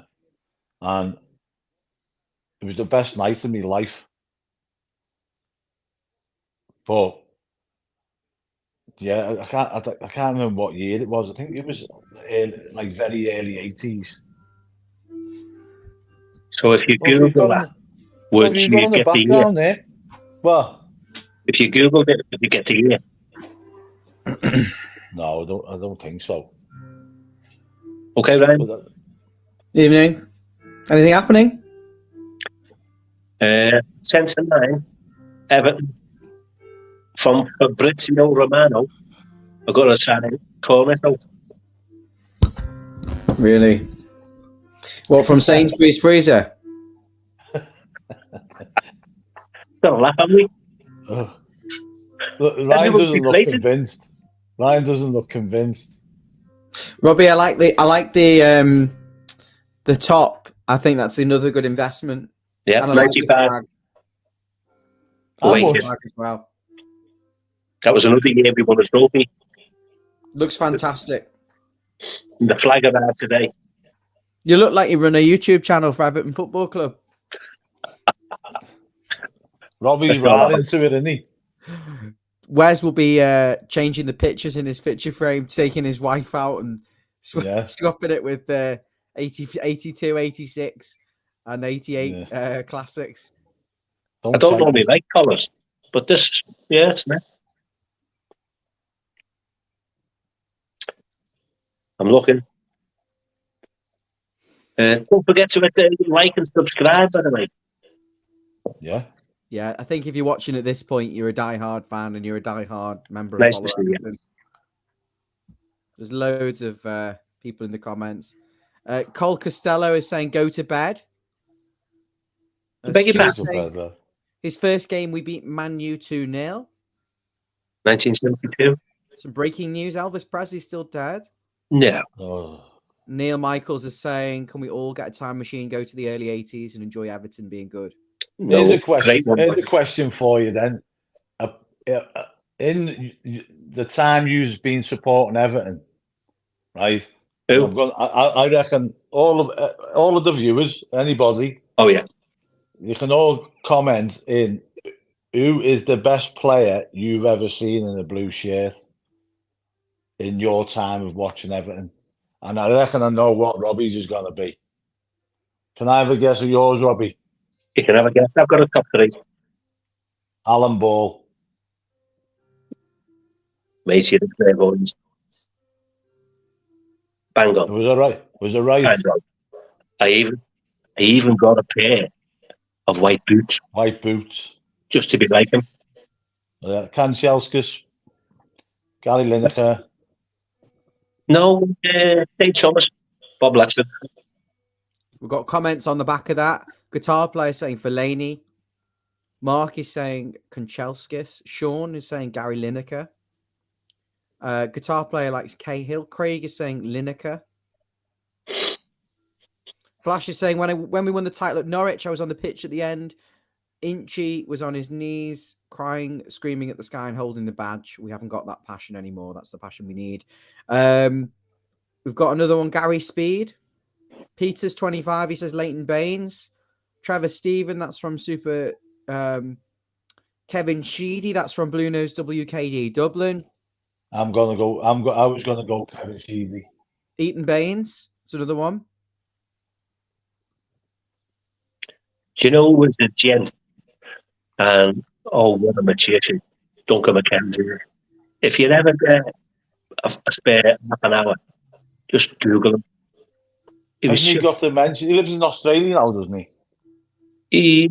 He was one of the ex-pros on a match day, but I retired 6 years ago, and he used to come down, and he just talk. He just loved to talk to you. I'm sure I read something not so long back that he lives in Australia. He's got dementia now, apparently. Smoke before the games. Yeah, they all did then. They used to, like you said years ago, they used to play a game of football, and then they'd all be having pints with you in the pub after the game. Yeah. Look how disconnected they are nowadays. Yeah, because it's a multi-million-pound industry now. It's just not the same. Whereas Thomas Thompson says Duncan McKenzie is his all-time best player. Neil Michaels, he says it's Phil Neville. Sorry, he was the best in the world for a good half a decade. That's Phil Neville. Neville. You're talking about Neville Southall. It must be Phil Neville. No, it must not be Phil Neville. Get out of town. It's Neville Southall. Phil Neville. Got another one. This is from Pete. He says his favourite player he's watched live is Dixie Dean.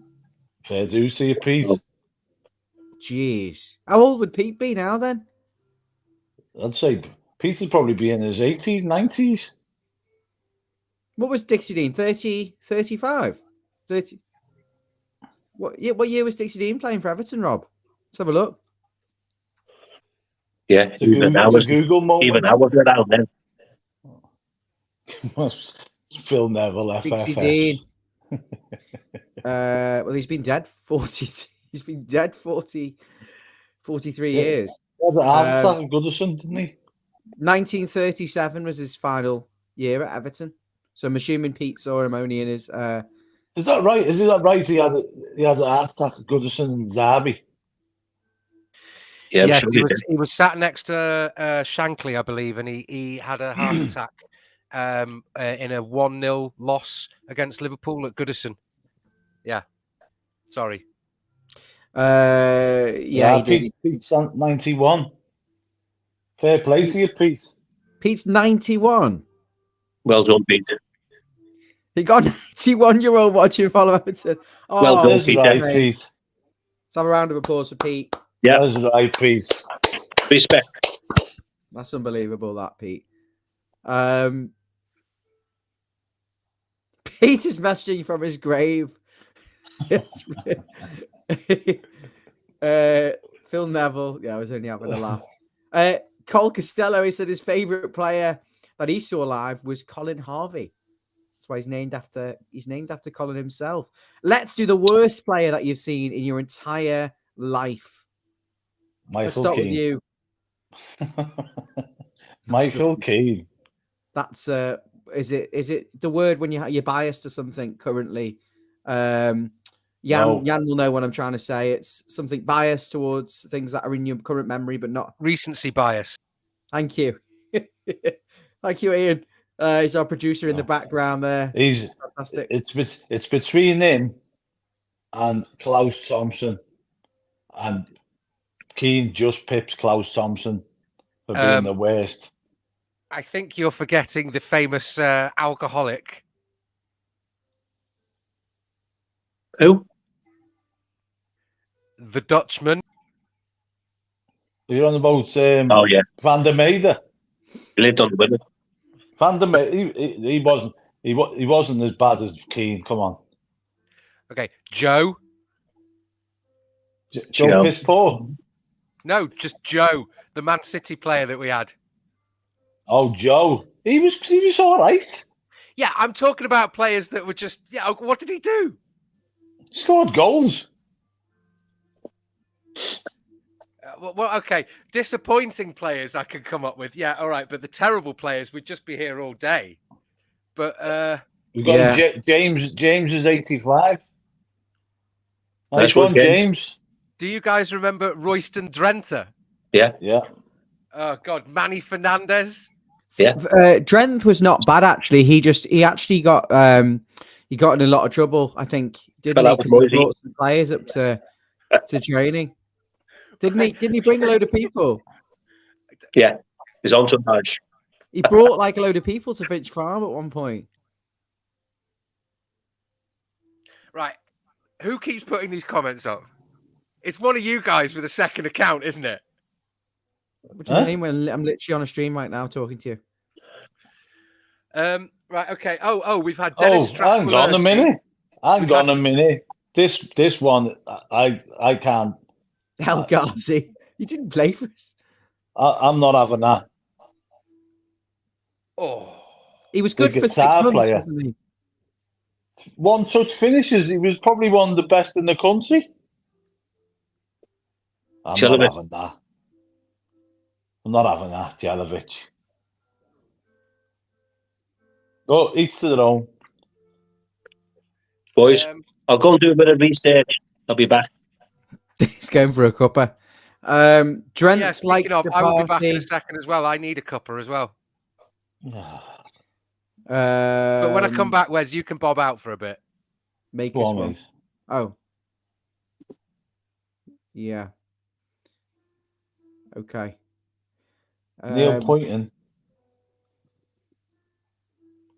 Neil Punton. Yeah, he was from the 80s. He was playing when Peter Reid and all that was playing. He was all right. He was half decent. This is stressful, isn't it? Don't let it get to you, right? Everything Everton says, surely we can't afford to let any more go. We're paper thin.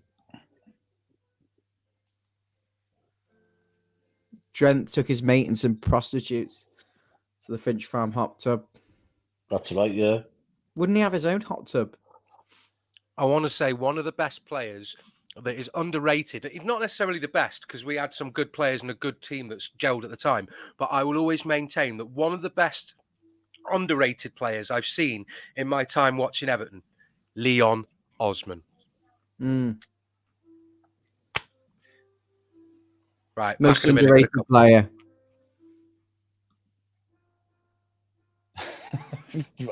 Is Jan just in the background? We had nearly 200 people at peak, but I think most of us have lost the will to live. I think they come on here for a bit of an update, and there's just nothing happening. It's awfully embarrassing. We can only update what they're probably watching anyway. You know what I mean? So, but Robbie come out with one before with Fabrizio Romano saying that no, it's not Cornet. It was rubbish. What made me laugh was, when the names that we got linked with this morning with the same ones that we chased all summer and then we never were able to get them. You just knew it was not going to go over. It's the same. What would have changed? Yeah, I mean, it's like new names I would have got excited by, but it's the same names that we haven't been able to sign all summer. What made us think that we'd be able to get it today of all days? Well, this is just it. And if you can't sign them in the length of time the window is, and then you're panicking on the last day and going in for the same players that you've been knocked back on, then you'd be like, well, that's not going to happen. If there was a new name bandied around like that, Harrison Reed, you could sort of think, oh yeah, well he hasn't been mentioned before, so that's a possibility. But then when the likes of Nonto and who else, Cornet was mentioned, you think, well, if for one, he's sitting on the bench tonight, Cornet. The deal could still get done, don't get me wrong. But the Nonto deal, I just thought, no, that's not going to happen because they've already said no. He's already apologised. So, yeah. Well, we have to go with what we've got, innit? Joe Parkinson, brilliant player. Dogs of War, him and Barry Orn. I think we have to reintegrate Gray. We have to. Yeah, I think we'll finish above those three teams, but we won't finish above Wolves. We've got to. I just had a heart and mouth moment from Rose. I saw breaking. I thought Rose is not going to lead us up a garden path, but it's Riquelme and Ritzel. I've got to get up at 8 in the morning to go down to Sheffield to watch us. the thing is, right, like I said before, if the Saudis don't come in or if they do come in the next few days to sign Gray, what good is that for us? That it just goes into the coffers and comes off the profit and loss for the year. Do you know what I mean? We can't sign anybody. It's going in Bill's back pocket for his the sequel of Blood Brothers. Yeah, with the Arteta money. You can just, the cynics sat there at home going, Ken Wright's in hospital, so Thelwell got the deal for Beto done, and now Ken Wright's back at a hospital today, and he's back on it, and we've not been able to get anything done. It's just, you can imagine the cynics are like waiting. No, it's not like that. Yeah, but now you're gonna have where's the Iwobi money? Where's the Tom Cannon money? Sick of it. Where's the Arteta money? Where's the Iwobi money? Where's the Tom Cannon money? It's going to pay interest to the loans that our director and owners taken out against the club. 200 million pound loan. He owns a shitload of interest. It's repulsive. Last season, out of 574 Premier League players, only 7 players in the league recorded more assists than Alex Iwobi, who was in one of the lowest scoring teams ever. He was joint 4th on the chances created list. Just imagine his numbers if Everton had a decent striker. Oh, wait, we've got one now. Who's this? Alex Iwobi. Someone's saying Luton are better than us. They must have equalised. No, they haven't. Still 1-0 to West Ham. Andy Gordon money. Richarlison money. Oh, fucking hell. Neil Mopé's gone to Brentford on loan. He's arrived. I don't like that. Who's that, Mopé? Yeah. We are thinner than a rice cake in forward areas now. Which former Everton player scored his first and only goal for Everton against Man United at Goodison in a 3-0 win? How long ago was that? How long ago was 3-0 that, Peter? win? Yeah. Former Everton player who scored his first and only goal for Everton against Man United at Goodison in a 3-0 win. How long ago was that, Pete?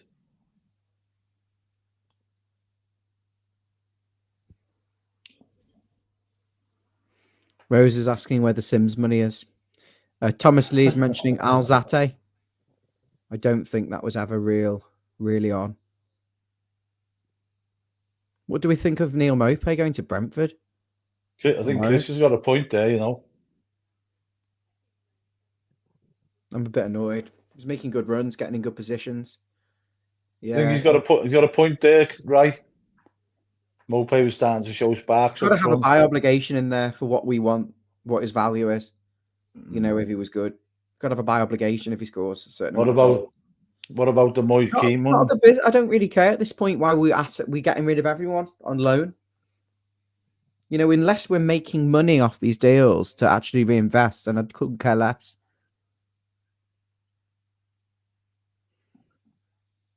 We're stick thin, correct? Hi, Lily. It's depressing.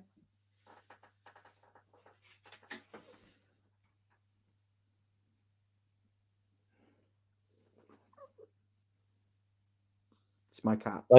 Like when we sold Gordon, right? Salute. All these pundits coming out saying we've actually come out of the window weaker, which we did.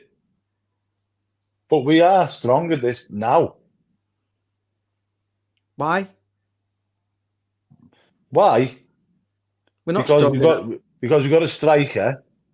We've got a right winger in Jack Harrison. We've got McNeil to come into the club, back from injury.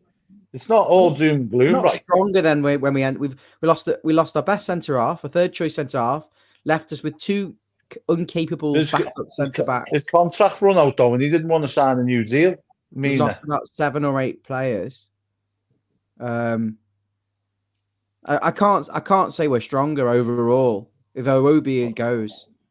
I would. Right. I'd say Thank yeah. you for joining us, Prince Rupert. I must just say that every time your name comes up, I always think of the US Rupert office Bear. when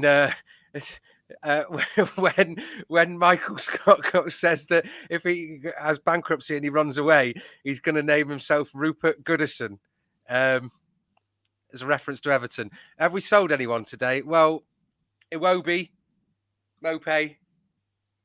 It's Tom Cannon. Oh yeah, sharing Tom the link. Cannon. Sharing the joining link. Has anyone had any questions? Have we asked the question about what everyone's favourite game at Goodison's been?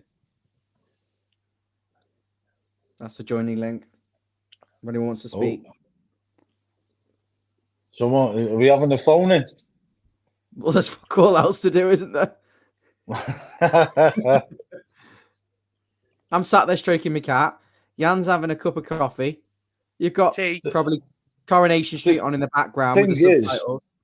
that applies to every team. Any team gets injuries and they're not stronger.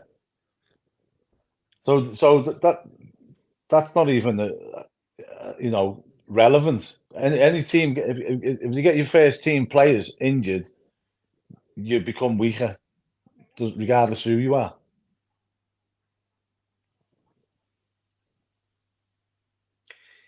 I'm so disappointed you haven't appreciated my tagline at the bottom. Oh, Ryan's gone. Hello, Peter Peter. Duggan's on. Hi, lads. All right, Hey, mate. Pete. Yeah, I don't think we're signing anyone. It certainly looks that way, mate, doesn't it? Yeah, Yes. like I said in the comments. I mean, when we were under Moyes, you used to get excited about signings because you used to get players for bargain prices who you'd look at and say, "How the friggin' hell have we signed in?" But now, you'd probably be more entertained watching paint dry. Yeah, I mean, the thing is with when Moyes was there, yeah, he used to be a master at sniffing out, quality Value. players and making them into superstars, and then selling them on for good fees. But now we're a worse team now that we've got money, which is when you think about it, is madness. Well, it's poor spending as well. Like you said, with Moyes, what we used to do was identify good players, and even if we weren't going to keep them forever, we'd have them for a couple of years and sell them on for a profit, and then be able to reinvest and slowly elevate ourselves. Yeah, he made about £20 million on there. He made about £20 million profit on Lescott, didn't he? Yeah. But Peter, if we don't sign anybody, which is looking more likely, are you happy with the squad that is there? That we've got enough in the team to get us up the league and not be scrapping relegation this season? Or I know you're not a big fan of Dyche. Do you think that he hasn't got the tactical nous with them players that he's got available to keep us out of the relegation mire? Let me put it to you this way. I think the players we've got, there's not enough there to go up the league towards the top 10. In fact, to put it bluntly, lads, as long as we're under Machete, I don't see this club ever progressing towards the top 10 ever again. But having said that, I think there's more than enough capable players in this squad to be put together to survive. But yeah, I do not trust Dyche to work with it at all. Yeah, I agree with you, Pete. I think there is enough quality in that squad once the injuries are back and stuff to get goals. We could have ideally done with another centre half because the backup's not great. We're also joined. Oh, sorry. No, go on, Jan. No, I was just going to say we're also joined in the wings by Chris, who's been watching us for quite a while. He's been waiting patiently. I don't know. Have you got anything to add into that? I mean, sorry for cutting you off there, Peter. But I'll let you guys speak as well. No, go on. I was going to say, all I was going to say was, I don't trust Dyche that much. I mean, just based on his record, I've got nothing personal against them. It's just when I look at a record that shows overall you've got more losses than wins, and you've been in management for over 13 years. I mean, I don't know if you've ever seen this, but if you look it up, his win record is worse than some of the managers who are absolutely terrible that I wouldn't even consider to be in the Everton dugout, like Alan Pardew and even Steve Bruce, and even the Wally with the Brolly has a better win ratio than Sean Dyche. I mean, that I look at that and I think that's scary because I wouldn't want them anywhere near the dugout. And his win ratio was worse than theirs, and I'm thinking, how on earth are we actually thinking this guy's going to keep us up if we wouldn't trust them to keep us up? What do you think about that, Chris? I think a lot of these managers that have really bad win ratios, that they get kicked out and they don't come back. Dyche is right at that fine line of you can keep some of these managers that make just enough points to keep them, and he's probably the worst of the keepable managers for that under that respect. But there has to be worse managers out there. What was the guy from Southampton that only beat us? Hasenhüttl? Oh yeah. No. We beat Hasenhüttl. Nathan Jones. Yeah. Nathan someone Jones. like that did really well at Luton and then went on. But yeah, I think the challenge, like honestly, for Dyche, I think we just have to get in another manager, even if he's not great. You kind of have to eat a couple of these years. If we're not making, we don't have the finances by the looks of things to do fantastically. It's better than last window. We actually, where's the Gordon money is valid, but for Beto, okay, at least we're kicking it down the road to next year, but we're actually taking action for once. So it's not as bad, but it's still like, come on, we're getting rid of Iwobi. We're weak in the middle, and we lose another one. We can. How long would you give him? How many games would you give him? Oh, so I was thinking, got rid? If there was no points in the next 2 matches, I think, come on, 5 matches, no points, like that kind of has to be it, even if it seems premature. No matches, no points for Everton. That's like if we don't get any points tomorrow against Sheffield United, I think he's our next game's Arsenal. Our next game's Arsenal. Yeah, and I guess that would be a full circle. He started and closed on Arsenal, if that's the way. So Peter, would you agree with Chris there? Then you'd sack him after 5 games if he hasn't got a point. I'd sack him after the Sheffield United game if he doesn't get a point. If he doesn't even get a point out of that, because the one thing that he's doing at the minute that really is getting under my skin is he keeps playing James Garner out wide, and he keeps he was doing stuff like that last season, i.e. playing Godfrey as a fullback. Like I know Ryan's not a big fan of Godfrey, and I don't blame him, when he's not performing, but I don't criticise players who are playing out of position, because at the end of the day, if they're in the natural position, I can look at them and say they're not performing well enough and they're letting us down here. But when they're being played out of position, I'm like, this just looks lopsided. I mean, you look at managers who've done it in the past. I mentioned Steve Bruce before. He used to do it. Like Steve Bruce used to play players out of position for Newcastle when he was there. And look at where it got them. They were very close to relegation themselves.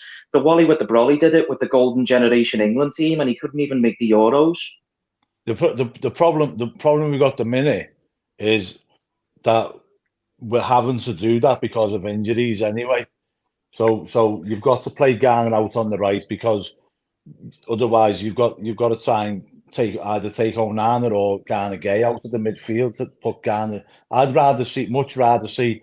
I would have loved to have Everton to sign that Sinisterra today, and put James Garner in the centre of the park.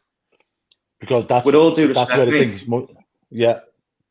Yeah, no, with all due respect, I see your point and I do agree with you, but I don't think there's any excuse to not play Dobbin there and play Danjuma on the other side and put Chimiti up front. I know that Chimiti's young and he's developing, but when you've got injuries like what happened to Calvert-Lewin, for me, you've got to put a natural forward in his natural position, and you've got to put a midfielder in his natural position, because we've seen goals conceded because James Garner's out of position. I mean, that first one against Miller, I mean, personally, I blame Idrissa Gueye for it, because he lost the ball and then didn't make the tackle and just jogged back to make his recovery run. like a lazy bell end, but he just like James Garner was lost his man, and that's how the goal pretty much ended up happening. But Yeah. he's not in his natural position, and I look at that and I think that's Dyche's fault for putting him in that position in the first place. I think I think we've all said, well, me and both Ryan have said that we don't like Garner being out on the right. But the only time I could say in the past, say 3-4 years, that I've actually seen a fully balanced Everton team is when we played Brighton. Everybody was in the natural positions, and the difference that made was, well, it spoke for itself, didn't it? So Yeah, basically, the guitar players just made a point here, and I don't want to argue with you, Pete. Appreciate you coming on. How far back do you lay the blame when Garner is a naturally talented footballer? I think he's got something that not all the footballers in our squad have. You play him out on the right, and is he better than somebody who's a young player the issue for me is who else do we play there when we've got so many centre midfielders and we had wingers who either couldn't be arsed or were injured? Is it better to have somebody who's natural position but not very good there, or somebody who's a better footballer and maybe play a more fluid football where it becomes a bit awkward, doesn't it? Do you blame the manager? Do you blame the club and the situation that we're in for putting the manager in the situation to? Because I wouldn't blame the player, and I don't think you are. I don't think anyone is really. Chris, what do you think about that, Pete's point there? So about Dyche playing players out of position. Well, I think similar to what you guys were saying on if we don't have a wide player, what do you do? What I've actually been thinking about, Patterson struggles defensively. Garner looks a lot more comfortable playing deeper, and we want Patterson to have those attacking runs. Do we just swap their two roles?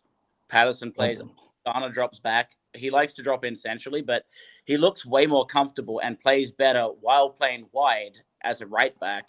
And Patterson struggles marking. And when Garner has struggled to mark, it's not when he's been a right back, it's when he's in a right midfield position and he's not familiar with how to track back that additional runner.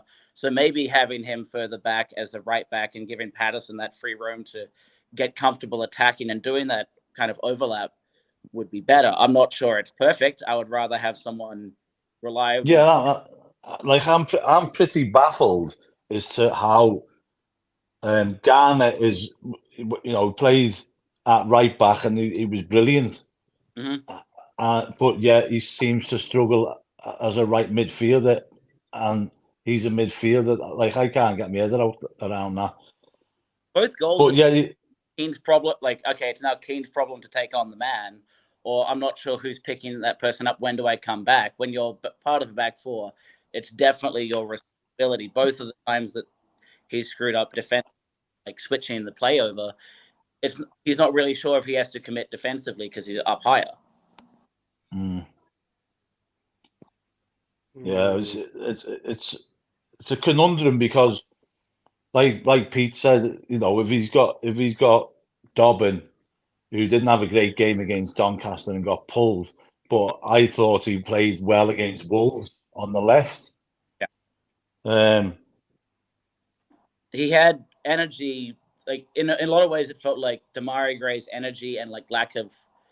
He looked sharp, but then would give the ball away. Except he has an attitude that he could probably learn, rather than I am who I am. I'm a superstar. Why don't you serve me better? It's like, no, I think Dobbin can get there, and I think as a super sub, both him and Decore, I think, are way more comfortable at the end of matches if they have they can have 5% more leg speed because everyone else is a bit tired. But starting him really showed, I think he wasn't as effective at Wolves as he was against Villa. And I think he came on for a Roby, right, like halfway through. So I think he would be more of a sub option rather than starting. And if we don't loan him out and it's ran out of time, he's a sub. We run out of time. I don't think Dobbin's going to go out on loan anyway. I think he is in the manager's plans this season. Yeah. But for us. Yeah. I think that he's got the potential to be a good player. It's just like he had one bad game. He's only played two games, I think, and came on as a sub in another game. He played. I thought he played well against Wolves. Yeah, we got beat, but then he got dragged off against Doncaster, where pretty much could have dragged any three players off in that first half that was on that pitch. So just a little bit of a transfer update, trying to drag it back to the depressing topic of the stream for this evening. I've been checking online and I don't know whether Sky is just focusing primarily on Premier League, but what it appears to be the case that from Leeds websites or Leeds-based websites, they're all run by the Mirror, Trinity, Reach Group, whatever, that infect your phone with the disease with all the pop-ups. They seem to think that Sinistera is going to Bournemouth. Nonto is off, and yeah, that's it. You pretty much knew that anyway. Yeah. Well, they're in the Championship, aren't they? They've got to sell to make a profit, and they're going to have to try and redevelop from the foundation. So that's the way they're headed. They just had been taken over, Pete. So that writes. They might have done, yeah. I'll be honest though, if we were to go down, I don't think we would come back up, mate. No matter who the manager was, I think we'd be stuck in the lower divisions for. I agree. If I'm being honest, mate, I'll be honest, mate. If we go down to the lower divisions, I don't see us coming up for about 3 to 5 decades because the ownership, Machiri is not going to sell the club if we go down because the value of the club is worth less than what he paid. Therefore, he's going to want his money back, and he will not sell the club. So he's going to end up dragging it into administration at this rate if we go down, which is the worrying sign because he's desperate to get to Bramley Moor. He's desperate to get to Bramley Moor so he can sell the club. Wes is right, but also if we drop down to the Championship, what that does is that completely nullifies the fair play things because it's league specific. It's a fresh start, if you will. Don't know if that. I'm more worried about the foundations. I mean,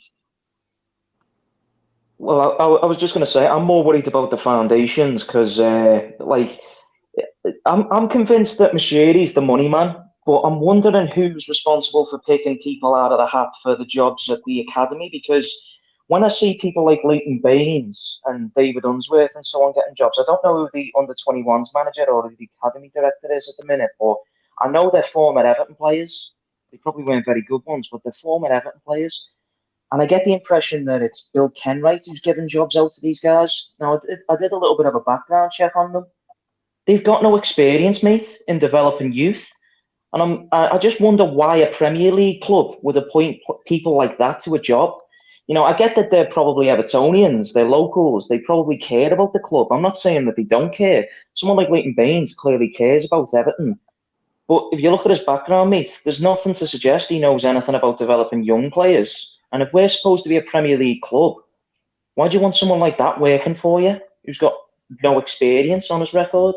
But yet you've got the means to appoint a first-team manager who's won 3 Champions Leagues in Carlo Ancelotti. That's just the way it is at Everton. No, that's been like that for donkey's years, hasn't it? Ex-players get jobs. Look, who was there? What's his name? The lad who went to prison, went to Sheffield United. Oh, Baxter. Jose Baxter. Yeah. He was at he had a job at Everton. Franny Jeffers had another one had a job at Everton. Seamus Coleman will get a job at Everton as well. And I think rightly so, because Seamus has been a great servant for the club. You know what I mean? And I do think he's got a lot to offer. But I think the people, like you say, Pete, a lot of these players haven't got experience in bringing players through. All they can do is pass on their experience as players, can't they? Yeah, I mean, I'm not saying that I want them to bring like a whole team of players through. I mean, I'm not saying that a whole bunch of young players are going to make it through and, be the next Wayne Rooney or whatever. Like, Wayne Rooney was 1 in a million. All I'm looking for is like one or two young players who can come in and hold their own, like what Dobbin's doing right now. And I think to myself, well, we then don't have to dig ourselves in deeper with this whole spending spree, because now we've got something to sort of remedy the problems of injuries. Because if we get injuries, we have to fill the gap. And the way to fill the gap, in my opinion, would be with a young player, because with this sanction of FFP hanging over our heads, we don't want to be digging ourselves in deeper. We might as well just use some of the youth. Yeah, I agree with you. That we need to start bringing through more of the academy players, because we're in that much of a sticky situation now. We can't go out and spend willy-nilly and bring players in, obviously, but like, because it looks like we're not getting anybody. And we got Beto without having to shell out a penny.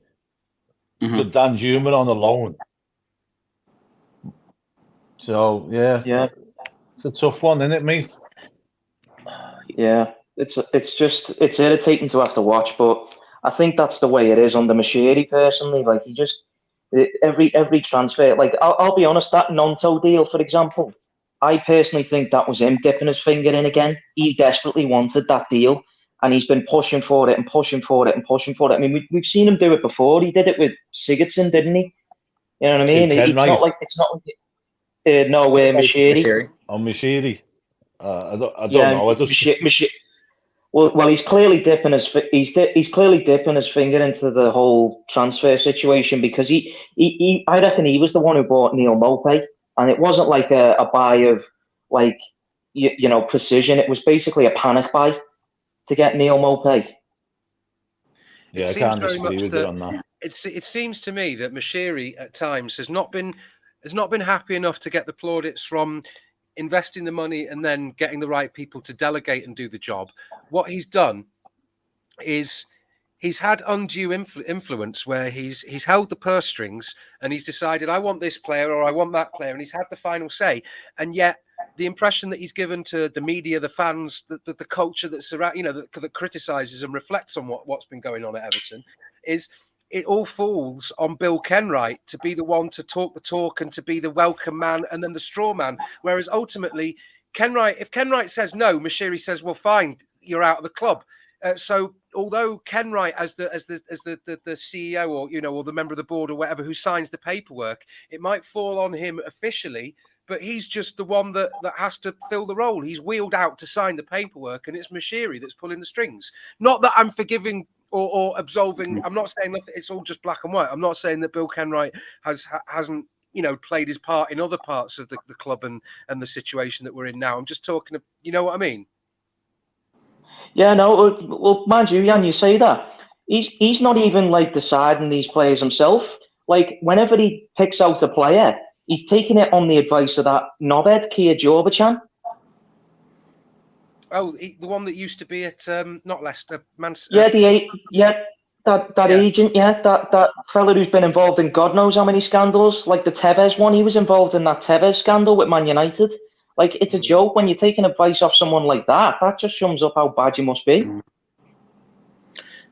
Yeah, a lot of the finances at the high level, like, there's such an ego about people that have that kind of money, and if they have their money elsewhere, this is kind of their kind of like splash the cash, be seen.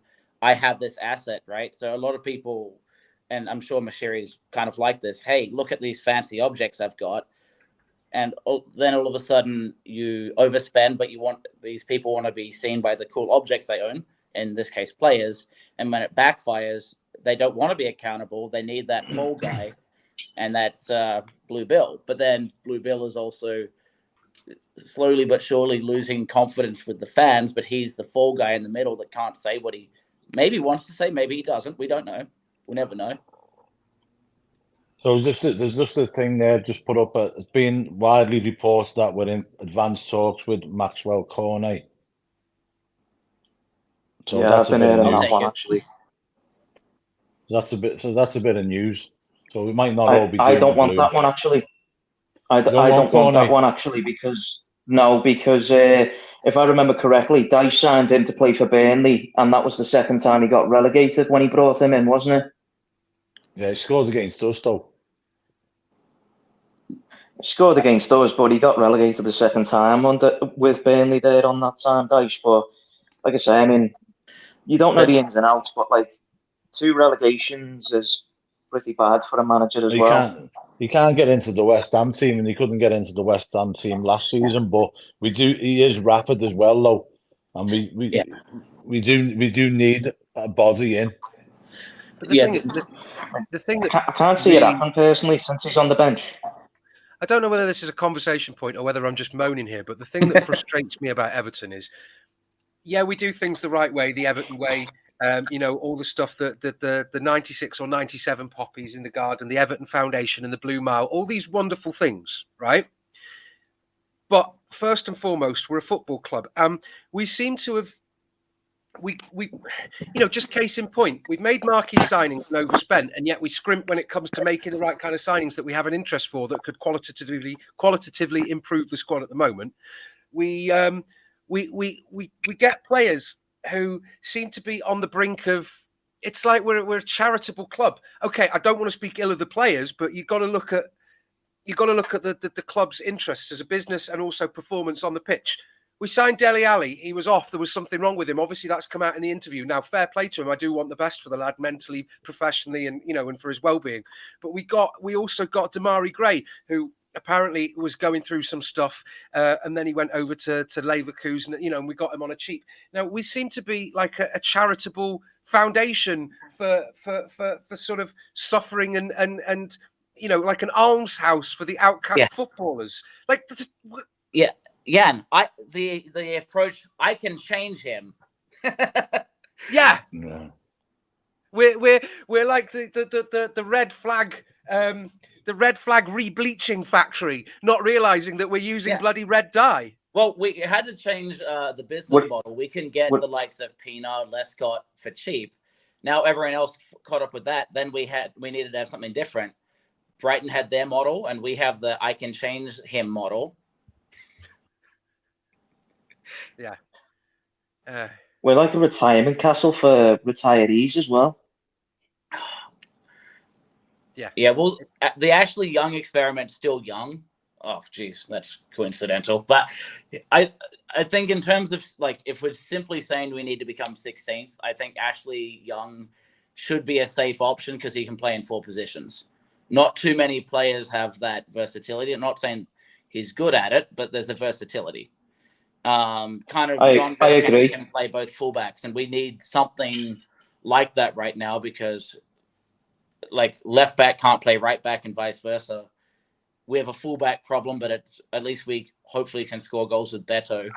But hang on, you must have played FIFA. If a player's relatively good, if he's got 3 stars or above with both feet, you can just switch him and play him at the other way. I used to do that with John Joe Kenny, man. That's what I did when Coleman got tired at 60 minutes. I'll be honest, mate. The one problem with Ashley Young at the minute, he can offer something going forward, but he's not a very good defender at all. I mean, some of the mistakes have come from his side of the pitch, if we're being honest, when we've conceded goals. I think the goal against Wolves, I forget if it was him, but it was on the left side. It was actually a cracking cross when you look back at it to find that tall guy. Granted, he's tall, but that throw-in that he gave back, we can rip on Keane all day long, but you're a professional footballer. Do not cross goal when things hit the fan. Don't make it worse and cross goal. Go down the line, and in a worst case, you give it over up 10 yards up. That's a very 101 thing that we bought him for. Yeah, I mean, I'm hearing stories about people questioning the attitude of some of the players, if they care or not. Mm-hmm. I'll be honest, mate. I spoke to an Everton legend two seasons ago when we had Richarlison, and I said that he cared. And this Everton legend just so happened to be Pat Van Den Hauwe, and he basically said, "Fuck off, he doesn't care." Really? Yeah. Yeah, like good old psychopath. What is caring? What is commitment? I care about caring. Well, that's it. I mean, to care for the badge, or do I actually care? Well, for the he had a few drinks at the time. Yeah, he had a few drinks at the time, so I don't know if he knew the difference in the moment. But I mean, he was a nice bloke. Really comes out. I'd be tempted to disagree because it could just be a reflection of a generalization about what he thinks about all modern footballers. But he really did seem to care. I mean, the things he put on social media and the story about his upbringing in football and what it meant to him and how it kept him, on the straight and narrow in the Barrios in Brazil. Like, I can't help but disagree. I do think that Richarlison cares. I mean, it might just be caring about his career, but and to a certain extent, they're all acting. But I do think he cared. Yeah, I agree. That's why I kind of debated it. With Psychopath. But like I say, I think because he played for the club, he was probably looking at it a different way to us. Yeah, and maybe it's that old school when we actually won things attitude versus the new modern footballer with Instagram accounts and social media, as you're saying. But if we are, and I guess Samuel Eto'o / what's his name again? The Belgian guy that was from Barcelona. Morales? No, not Morales. The Jared De La Feu for one, and then we also have we're just talking about him, Richarlison. If they didn't care about Everton, would they talk highly enough to try and bring a new business model of charity case?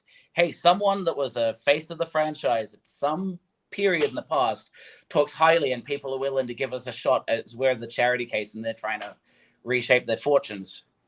That's how 2 people have signed. So maybe that's our new look.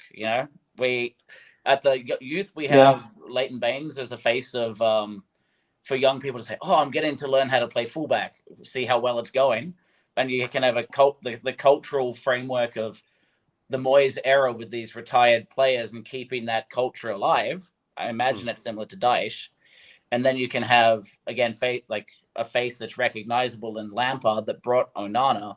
So you have some of these famous faces and characters of the last couple decades that can bring people in or hold some kind of framework of the past. But when it comes to scouting and actually finding bargain deals, I think we're really strapped for options, and developing someone other than B. Leighton Baines and do exactly what he did. We're kind of stuck if we don't have a better development option. Anyway, guys, Peter, Chris, I really do appreciate you coming on. I think we've got Basil waiting to come on, so by all means drop on in a little bit. But as we approach the last hour, I'm just going to get Wes has come back, and we're going to get Basil on. But are you all right? Is there anything more you want to say before you drop out? Is that okay? Yeah, just happy to chat. Yeah. Here's one thing I would like to mention. Since I was talking about legends a second ago, where talking about having people of experience working in the academy as a member of staff. They gave Graham Sharp a place on the board. Why didn't they give it to someone who has like a bit of experience on a football board? Well, I think there's one Everton legend who happens to have experience being on a football board in the past and also being a manager. Peter Reid with Sunderland. He had shares at Sunderland and he'd been on the board level before. In fact, he actually said that he feels that Sunderland's decrease was caused by a decision that he disagreed with the chairman with all those years ago. So he clearly has a bit of an insight into how a club should be run. Why didn't they give him an opportunity on the board? Honestly, because he's too outspoken. I mean, I think he's a wonderful guy. He's done a lot of media stuff. I think he's too outspoken. He's too respected. He wasn't going to be the straw man, fall guy, patsy, yes man that maybe Graham Sharp was put in that position to just be an extra yes vote on the board. Yeah, he looks so. Yeah, that makes sense with Sherry. Yeah. West Ham have won, by the way. West Ham just won 2-1. Yes. But no, thanks. Wait, what was the score? Sorry. 2-1. 2-1 to West Ham. Wait, who was first goal scorer? Bowen. Bowen.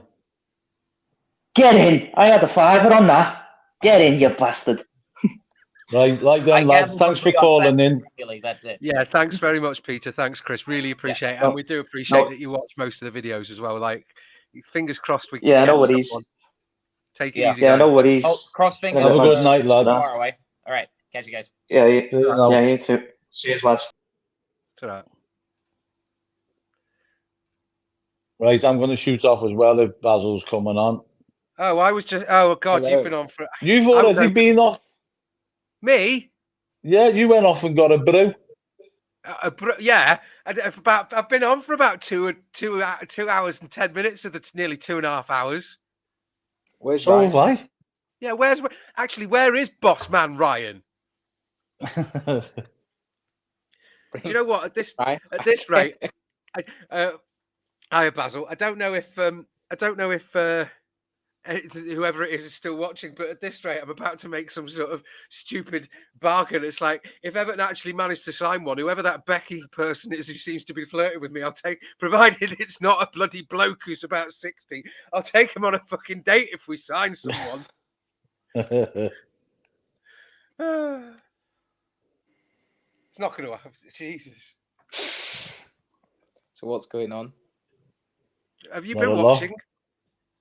No, it's been a chaotic day. Let's say I've done a lot of traveling today. I've viewed a lot of properties. It's been a struggle to keep up with what's been happening. So if you can fill in the blanks, I mean, I've seen bits, but I'll react as due course if you've got some interesting news about.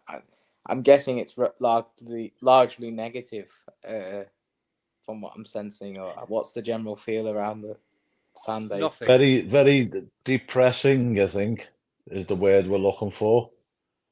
Yeah, nothing seems to be happening. Yeah, as we approach the last hour, it's all, just aside from official confirmation, but it's almost done deals that Iwobi is going to Fulham for 22 million. Tom Cannon has gone to Leicester for 7.5 million. Neil Mopé's gone on Mopé's loan. going out on loan to Brentford. And that's about it. Nonto's not coming in. Sinistera, who might have been an alternative target, is going to Bournemouth. How can Suleimani's Bournemouth not going be a better anywhere. proposition than Everton, though? Come on.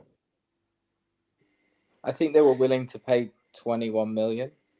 What? Would we paid that for him? And well, we pretty much just more or less made 30 million today by selling Iwobi and Tom Cannon. Too late. What's that for? January? Could be too late by January. Could be way too late. What's the Damari Gray situation? That's not been confirmed, has it? As far as up to now, he's staying. We might need him. So what happened with Willie Nonto then? Because the last I read of that, it was still pursuing it. No, that's gone. Who? Nonto at Leeds. Gone. Dead. I mean, that. To be honest, like we were saying before, when you're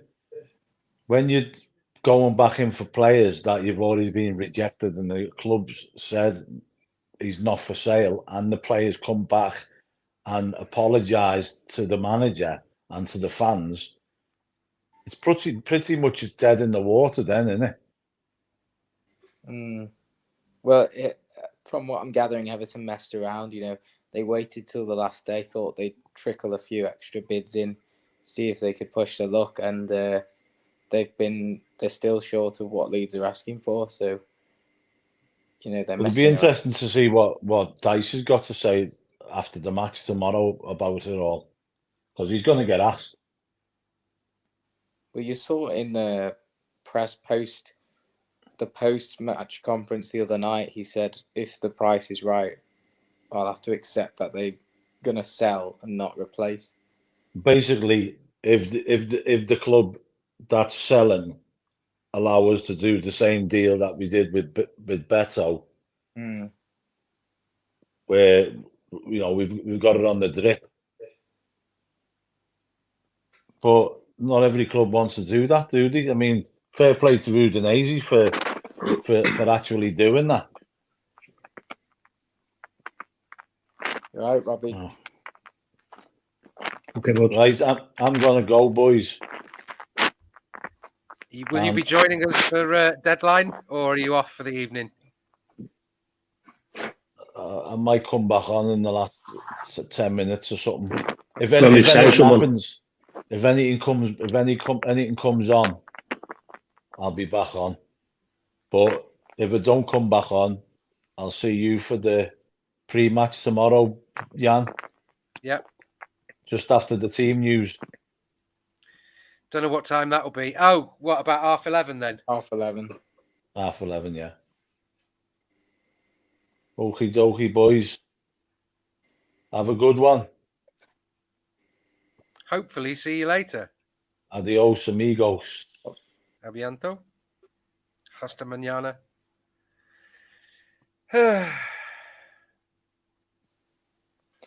We've got our fourth official, Robbie van der Groot, in the instant replay VAR box. Yeah, no goal. No goal.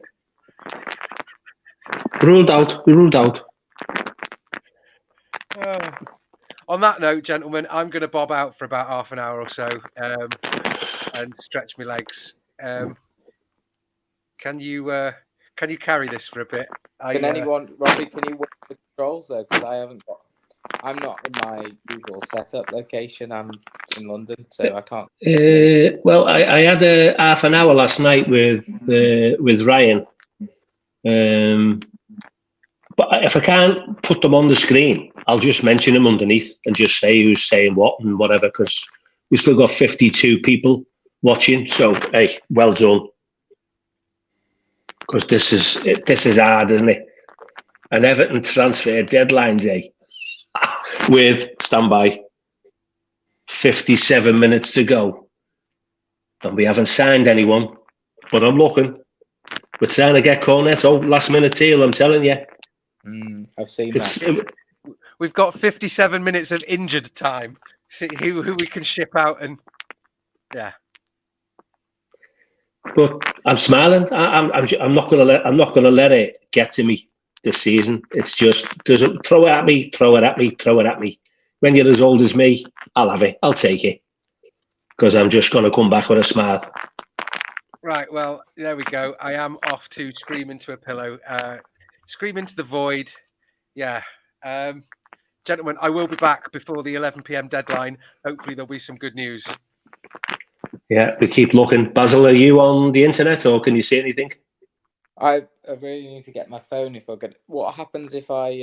Yeah, don't worry because I've got it. I've got the update here, so I can see. If I go off now, does my if something comes in.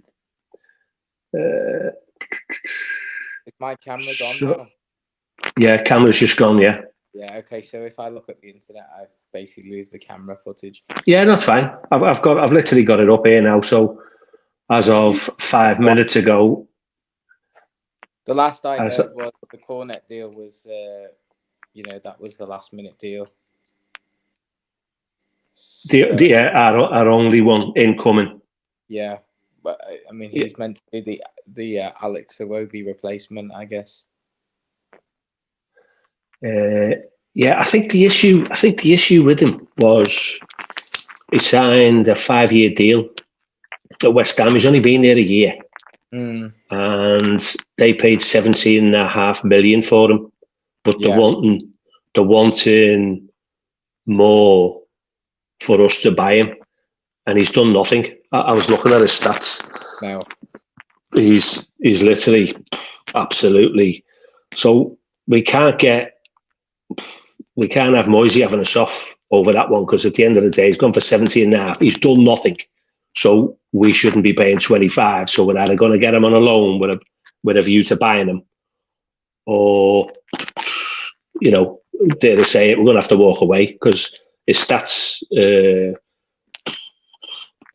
I don't know really any better than Damari Gray in terms of what he can offer the team.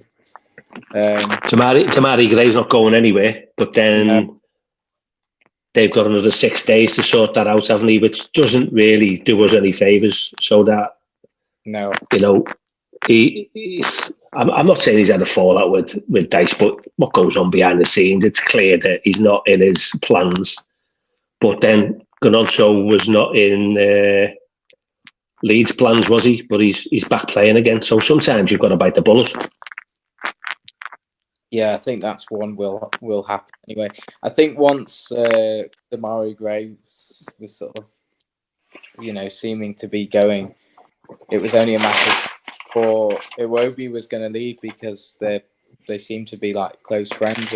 And I think that the two of them were always going to go around the same time. But Maxwell Cornet, we were in for him last summer, and he chose West Ham, didn't he? He chose West Ham, and I get it. It's the Dyche thing, though, isn't it? Because he played with him, he brought him to Burnley, so I mean that would be the pull for Cornet. Yeah, just his stats. If he is going to come, 252 games for Lyon, 51 goals, 29 assists. For Burnley, 28 games, 9 goals, 2 assists. Played for the Ivory Coast, 30 games, 6 goals. His current market value on Transfer Quest is 10 million because he hasn't done nothing. He's on £65,000 a week. He's played for West Ham 22 games. No, he hasn't scored, but he's got 5 assists. So, he's fast. He can do it on his day. He's clearly exciting, but we're talking about... It seems that Everton are turning into like a bit of a counter-attacking team, with trying to inject some pace in transition. I mean, I can't help but wonder what these players would have performed like in the side with Beto up front. For a run of games, if you had the likes of Gray and Iwobi, I know they were inconsistent, but if you give them a focal point up front, it creates more space around for the other forward players to do their work and to thread. I mean, Iwobi especially threading balls in behind with Beto's pace. Who is going to replace that creativity? Who's going to be able to pick those passes? We saw one from Doucouré the other night, but I don't know if that's not really his skill set usually. Yeah, there's one there, Blue Nose Dublin. Phil Jones spotted at John Lennon Airport. That's a worry. Don't worry about it. He's going to Malaga on a Ryanair flight, so don't worry about that one.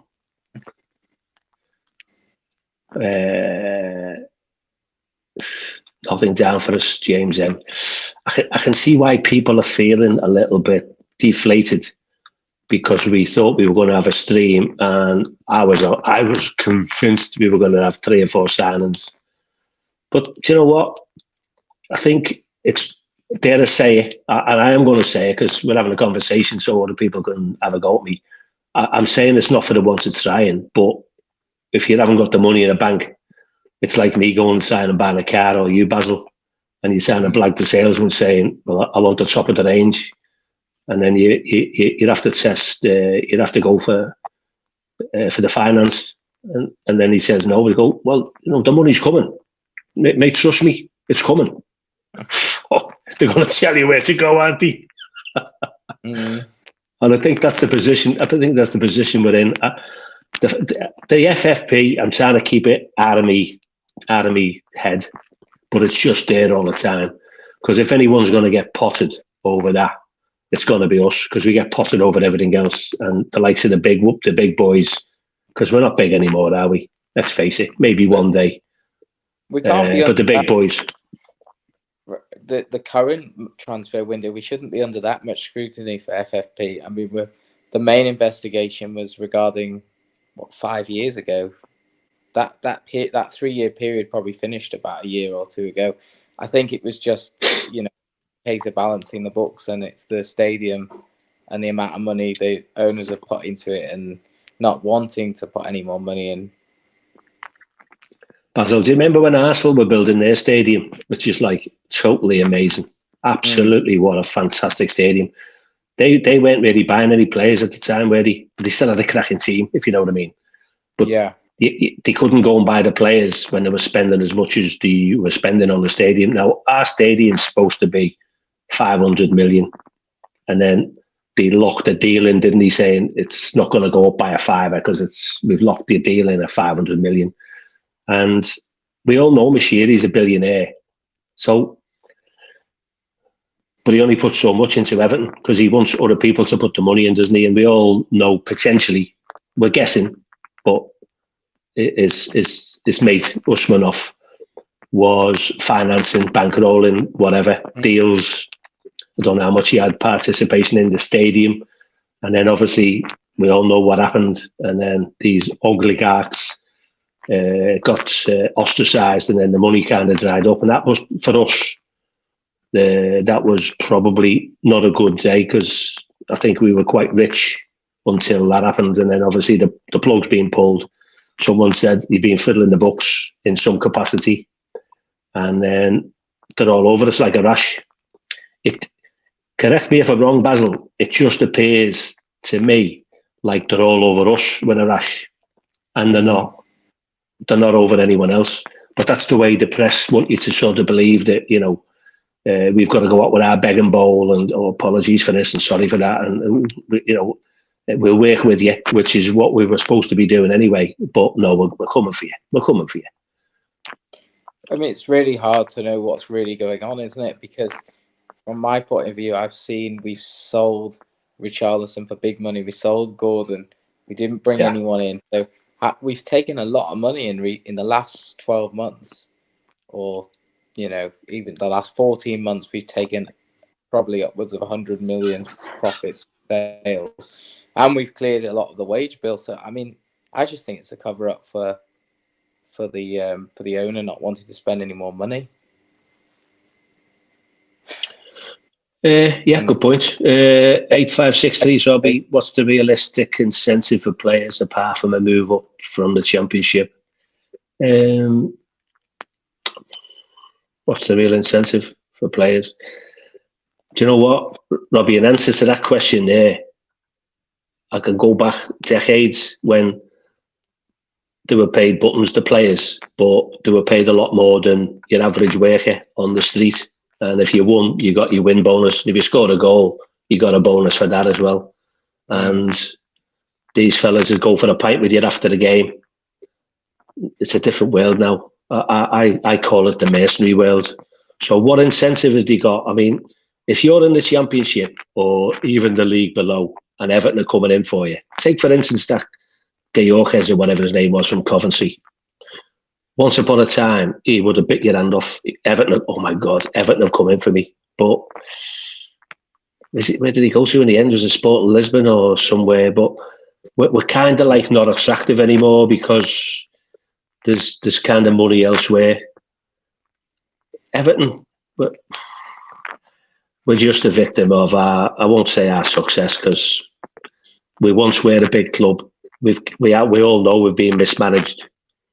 And if you're in the Championship and Everton come in for you with the prospects, I say the prospects, if you look at if you're going to get a 5-year contract, you should be biting Everton's hand off. That's in my opinion, because look at the new stadium, and you'd want to come there to prove a point, to go, yeah, and this is the next level. But there's so many places you can go to now. Europe once a couple of years ago, there weren't many players going to Europe. You used to go to America for a big wage packet. Going back, I'm talking 70s and the 80s. You could go to America. Now, this Arabian League, I tell you what, to be doing flights there from Manchester Airport soon and going over and watching a football match. I certainly would want to do it. But I just see us. Are we going to consolidate this year with the squad that we've got if we don't sign no one tonight? Well, I've got to believe that we're going to stay up. I'm not saying it's going to be easy, but, as we say, 16th. I'm not saying I want to settle for 16th, by the way, so don't start slagging me off. But it just means that we survive for another day and another day. And dare I say it, if we move into Bramley mode, Doc, then the finances come in, I'd like to think, and that'll take us to another level. The thing is, though, Everton are selling off players. And, you think, well, I'm thinking, did we need to sell these players, or is it just purely because it makes financial sense in this moment? It seems like we're taking risks, basically, that we can go with a thinner squad, that we can go with less players, particularly in that creative roles and in the attacking positions. We're taking gambles now, and it could be costly by the end of the season. Yeah, if we had the crystal ball, hey, how would you call it? I'm putting you on the spot, Baz. Where are you saying we're going to finish now? We get our squad members back, yeah. We get Dele Alli back. Are we going to keep him? Are we going to pay the money for him? Because it's going to cost us a lot of money. We get DCL back. He doesn't get injured. This is hypothetically now. So we're lucky for once. We don't get no injuries. We get McNeil back. We're not going to get Kabama back, are we? Because he might as well go and get a job at the NHS. But we get the squad players back. Where are we gonna finish? Call it.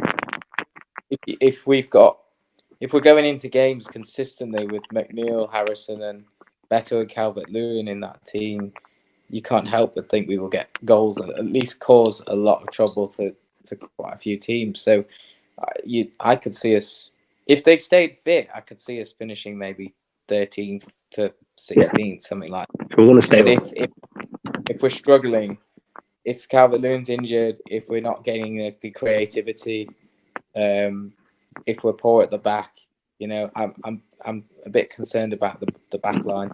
The amount of goals we can see from that right-hand side channel is just ridiculous. So I still think now we're 17th. Just clawing on to staying. And what do our viewers think? Are you going to call it? Are we staying up, or is this our year? I mean, I'm just interested to see because I think we'll I'm going to say we'll stay up. Tight. Yeah. If you all stay fit. If they stay fit. So the frustrating thing for me is we're always making one step forward and two steps backwards. Signing a striker, then selling off your most creative player, doing this and doing that. We're never moving forward. And that last question, why would you want to come to Everton? Well, if you see your selling off one player and signing another, then I don't know, because we're only moving sideways unless you've got some full belief in yourself that coming in you can transform the side in some way. It's got to be like a catalyst, hasn't it? You think Beto comes in, you can see a proper striker comes through the door, people that want to stay, people that want to make the team better.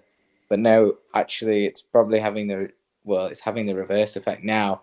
And any optimism that has warmed up from that second half, I know it was only League Two team we were playing, but any positivity from at least getting some goals, scoring some goals, is deflating now because we're not signing anyone, and it's the end of the window, and we play in the morning as well. What's that like? Is that better or not? Not light better. It's different. A bit of glare on your glasses. Let's take them off. I think they'll take a lot from the second half. I really do. And you mentioned Beto there. Why did Beto want to come to Everton as opposed to the Coventry striker or any other striker? Why did he want to come to Everton? Are you asking me why? Yeah. I mean, I'll tell you. I'll tell you why. He came to Everton because he's a blue. So he's gone. Oh my God! All my Christmases have come at once. I was working at the KFC 4 years ago, and my little boyhood club, he loved Lukaku, and he's come because he's a blue. Some of the others, they're just going to go, nah, do you know what? You've been in a relegation flight for the last 2 years. I think I'm going to swerve it. So they're not up for it because the mercenaries, he's gone, hey, I'm not bothered what's going on there. I'll come and join you. And what he says, I'll give you, I'll do my best for you. I'll give you passion and I'll give you endeavour and I'm up for it. He's up for it. That's what you want. You're not going to get many of them these days because that's just not the way it is. It's the wage packet. How much you're offering me and how much is my agent getting.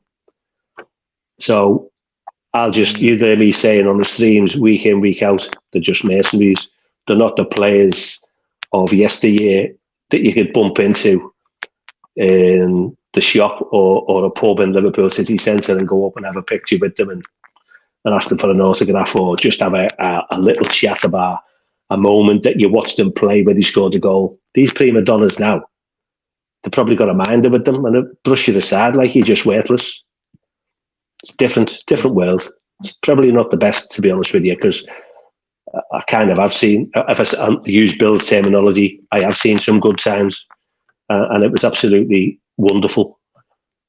The heartache that they cause us now, we've all got different ways of dealing with it. Some choose anger, some choose to go to social media and slag everyone off. Some people might do other things. The only way I can deal with it is just like, I've just going to have to say, my family comes first, Everton comes second, and I've just got to smile because it's quite depressing, and I won't let it get the better of me. Yeah, you can't let it get in the way of your life, basically, at the moment. But it does for a lot of people, because you might be living on your own.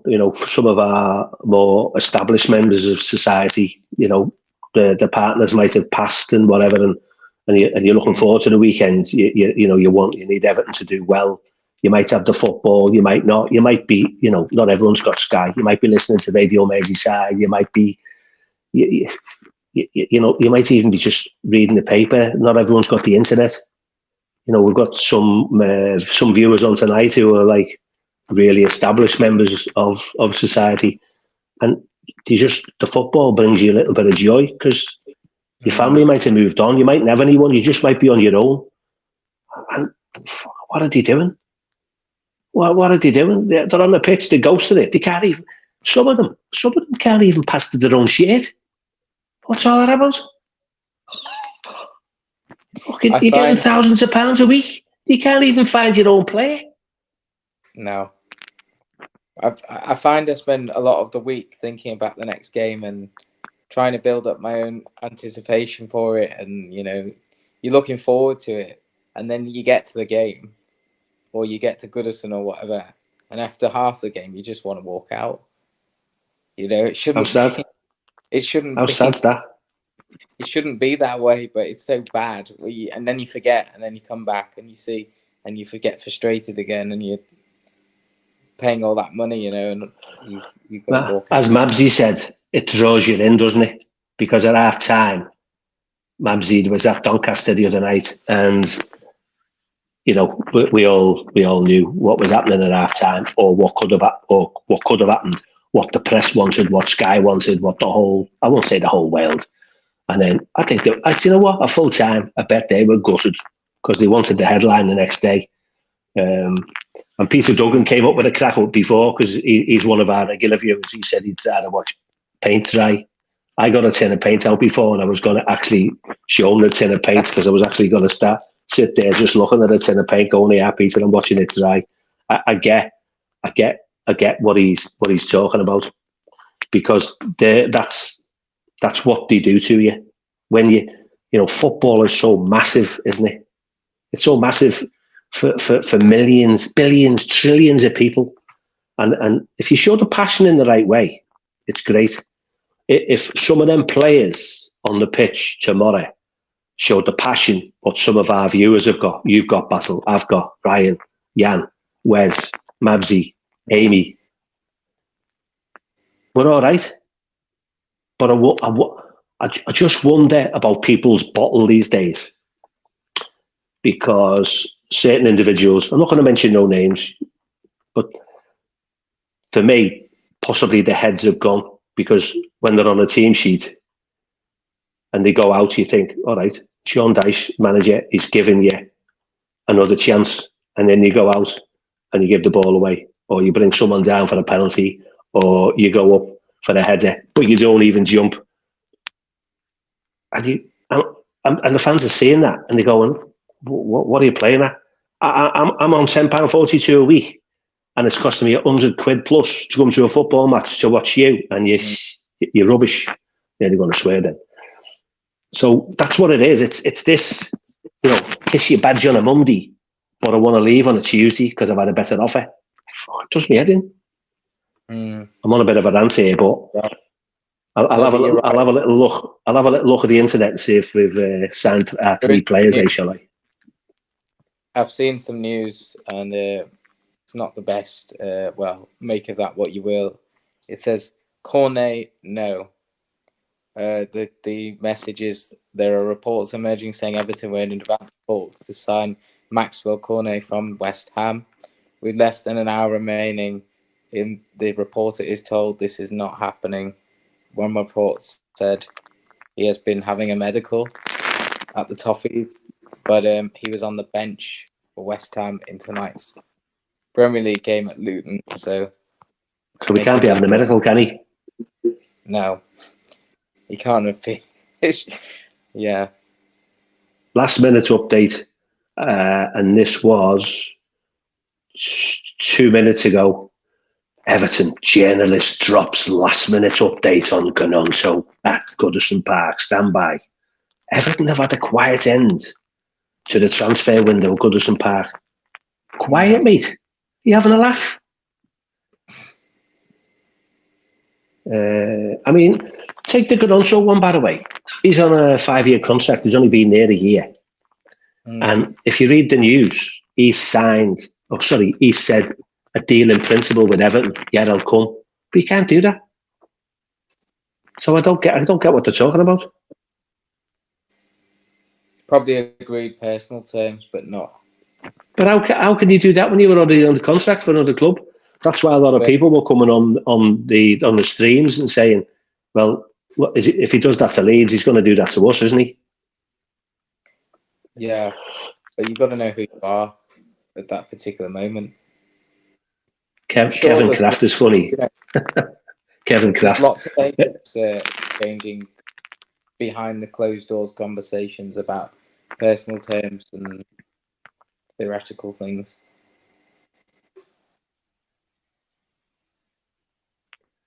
Wormy's gone £10.72 a week. No, it's only £10.42, Wormy, the national minimum wage. But what I'm saying is, how many people save up or go without to go and watch the team home and away, buy your season tickets and whatever, and you go wanting to be entertained. You go hoping that you can walk out the stadium going, wasn't that great? And then it sets you up for the rest of the week. So I don't know how people have been coping the last 2 years with what they've been saying, apart from the odd game, the Arsenal game, the Brighton game. It's not beautiful, is it? It hasn't been beautiful football. No, but those moments, they show what can be possible, and it's frustrating. Yeah, putting the run together, it just doesn't. An away win. Yeah, here's one. Everton's away record. So what happens when you go away, particularly in London? Having gone down to London literally since 1971, that was my first game down in London. What happens when we go to London? Did they get off the coach and just shit themselves? Apologies. And go, oh, no, I'm not up for this. Because our record's abysmal. So tell me, what is it with our away form that is so abysmal? Because I just don't get it. I have no idea what's going on, but I think there's definitely a mentality issue. And I'm not sure we've removed enough of the squad quickly enough to actually sort of improve that. We won a lot of games, didn't we, under Ancelotti away from home? One of our best away seasons, and it was because of the crowd. And no one could watch it, Baz. No one could watch it. That was COVID. That was COVID, wasn't it? Yeah. The pressure gets to them. I mean, there shouldn't be any pressure away from home. It should almost be like, just go out, and you need a game plan there. Maybe the game plan hasn't been right. But it was against Brighton, wasn't it? I think we're not a possession side. You've got to play in transition. You've got to play on the break with your pace and be solid at the back, and don't concede. We're conceding too many soft goals, and we're not putting the ball in the net. So it's got to change. So zonal marking. What's your thoughts on zonal marking? I mean, I think I would go for a mixture. I think I'd have a few blockers, and then I'd have man-to-man.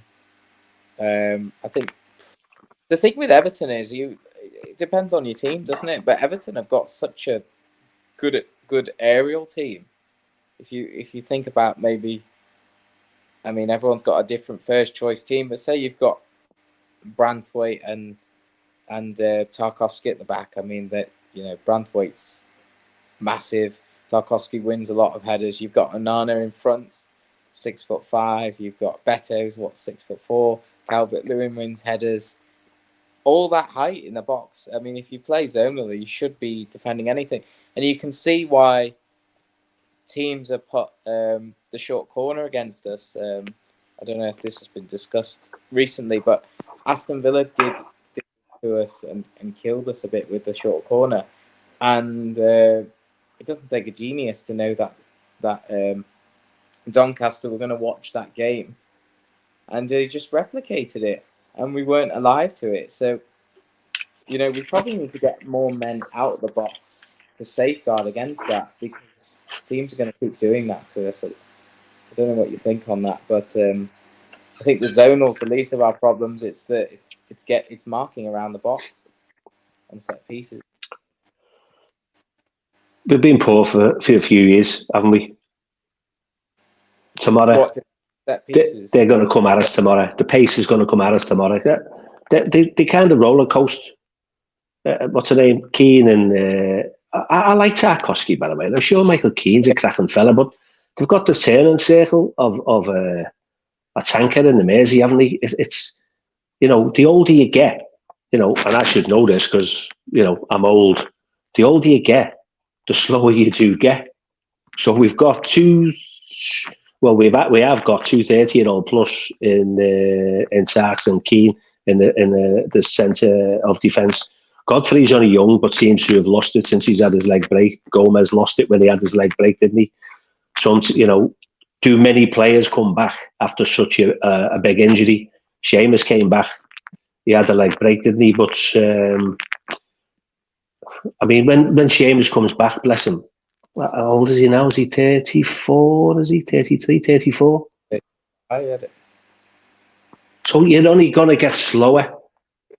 So, you know, he's had his best years, as I have, and you've just got to know that at some point you've just got to, like, slow down. But the pace of the Premiership is so fast. The Sheffield United, well, you just watch it tomorrow. They're going to come out of us. They're going to come at us like it'd be like a scene from Zulu where it's like, where are they all coming from? Where are they all coming from here? And that's where the bottle can go, because the first 5 minutes are crucial, aren't they? Yeah. Okay, the first 10 minutes are crucial, but it's. I think every Evertonian were looking for a little bit of. All we were looking for was a little glimmer of hope. We've had it all week, yeah. Advanced stages, yeah. It's going to happen, yeah. It's going to happen, and then when it doesn't happen, you kind of do feel deflated, and then all of a sudden they look at what we've got. And as I said to you before, the only way we can look at this is go, right, okay, got to get 3 points tomorrow. Because if we don't, they're possibly going to turn on the manager, and he's going to be the fall guy for all what's going on. But that'll be for another day, won't it? And then we've got the international break. You cannot go into the international break with 0 points on the board, because, again, that's going to be, what, is it 2 weeks when everyone's going to be depressed? I don't know what will happen at that point. I mean, I said it a couple of weeks ago. If we lose all four without scoring a goal, there's going to be murder. So, what, behind the scenes, you mean, or? I don't know. Just generally, the fans are going to be on their back. Can you lose 4 games without scoring and keep the manager? I mean, people will say they have. They'll say they have to because they've backed in the transfer market to whatever extent they have been able to. But it's obviously not working. So yeah, worst case scenario. This is hypothetically, by the way, because I do believe we will win tomorrow. Okay, so this is just for the purpose of the scenario that we're going through. We get beat tomorrow. He's not going to get sacked tomorrow night, is he? No. So the next game is Arsenal. Yeah. And as Chris Leitch was saying in one of the comments, does he go after the Arsenal game? And then we've got to start again. So you then if we got the finances to pay him off and his backroom staff, and then you've got to start again. Would you do that? If you were it's going to be the board that makes that decision, isn't it? But if you were on the board, would you say, sorry, Sean, it's not working out, mate. Ta-ra, all the best. Would you do it? I don't think they will, because I think they will. I think the board will say something like, we're giving him time because he's only just, the transfer window's only just finished. So they'll sort of wipe it clean as if we'd start tomorrow from. Whereas all the fans that would point to the fact that the season started 3 weeks ago. I think they'll treat it from now and assess it based on the squad he has now and how they perform, and see if that works. Because I think we can overturn some of this now. Calvert-Lewin's nearly back. Beto will probably start. You've got McNeil possibly to come back in tomorrow. You've got to think the fortunes will change. DCL comes back. Would you play DCL and Beto together? Not tomorrow, because I don't think, from reading between the lines, I don't think Calvert-Lewin will be involved tomorrow. I think he's got some sort of stress fracture or something. Yeah, not tomorrow, but in a couple of. Should we go to the comments? James M. Rate everyone's transfer business. James, in all fairness, mate, I genuinely haven't been looking at anyone else, because I've just been living in hope that that we do the business ourselves. So apologies, I literally I couldn't tell you who's gone anywhere else, because I just blank it out in my mind. Well, there's some big. What you do? Big one. Some big transfers today. Palmer went to Chelsea for about 40 million. You know, Cole Palmer, the young right winger. I've never seen him. Obviously, he's clearly a decent player. Really strange. He is a good player. He's only played 3 Premier League appearances. Chelsea are just crazy. I don't know what the hell they're doing. They're just They stocked it last year with so many players, and now restocking it with a whole new bunch of players for ridiculous fees. So how do they get around FFP then, Basil? How do they get around the FFP with doing what they're doing? I think they've spent 1.2 billion in 2 transfer windows. How does that work out? It's something to do with the contracts. I mean, in terms of last year's signings, that most of their contracts were 6, 7, 8 years. So they're more, can't say the word, but they basically spread the fee. They spread the fee payments. If they're paying 50 million over a 5-year contract, they're paying 10 million each year. But they're doing that with like 8-year contracts. So that's how they're able to split down the fees to make it look like they can pay it. Have we got someone coming in there? Hello, this is Sai Ning No One at Goodison Park. Hi, mate. I thought I'd give you an update from Goodison Road. This is Sai Ning No One at Goodison Park. Yeah, got that. All right. Who are we signing then? Ning No One. No. Signing off. Over. Yeah, it's the contract stuff, but they have sold a lot of players as well. They've got huge outs and ins this year. You know, they sold like Havertz for like 60 million plus. Lukaku's gone on loan. They have cleared quite a bit off the books, but they've also spent ridiculous amounts of money. So you do wonder, don't you? But they've only really done it for 2 years, and they make commercially probably 5 times more than Everton do, and they're in Europa, aren't they? Or I think they didn't make Europa, did they? Because they had such a bad season. But generally, they have Champions League football, which can fund these sorts of huge player transfers. But you know, they might get caught out if they can't get in the Champions League pretty quickly. Stu Yeah, Disbury, Stu's right. after Chelsea brought 4 players over 8-year deals, the FA brought in a new rule of 5-year maximum deals. So Yeah, when did it that one was- come in? Is that recent, the 5-year deals? It was after, I think it was after January when they realised what they were doing. You know, they've got some clever people working there, unlike the ones at Everton who couldn't figure this out themselves, and then they could have done the same thing. But it's an interesting one because Everton, you know, we did. All clubs do it now. They structure payments over several years, and they, you know, the way the bookkeeping, so to speak, works is by keeping track of players' values and amortizing. I can't even say the word, but basically spreading the fees of the contract over a number of years. You wonder with Everton how many players are we still paying off from 3 years ago, 4 years ago, which was their contracts were spread or their fees were spread, and we just don't have that information. So you remember when Bashiri landed and Usmanov, because it was the both of them, wasn't it? Were you when you heard the news that Everton, whatever it was a takeover? Were you excited? Yeah, of course. Are you still excited now? Being going mad there. No. Are you as excited? Are you as No, excited it was now? exciting, wasn't it? Because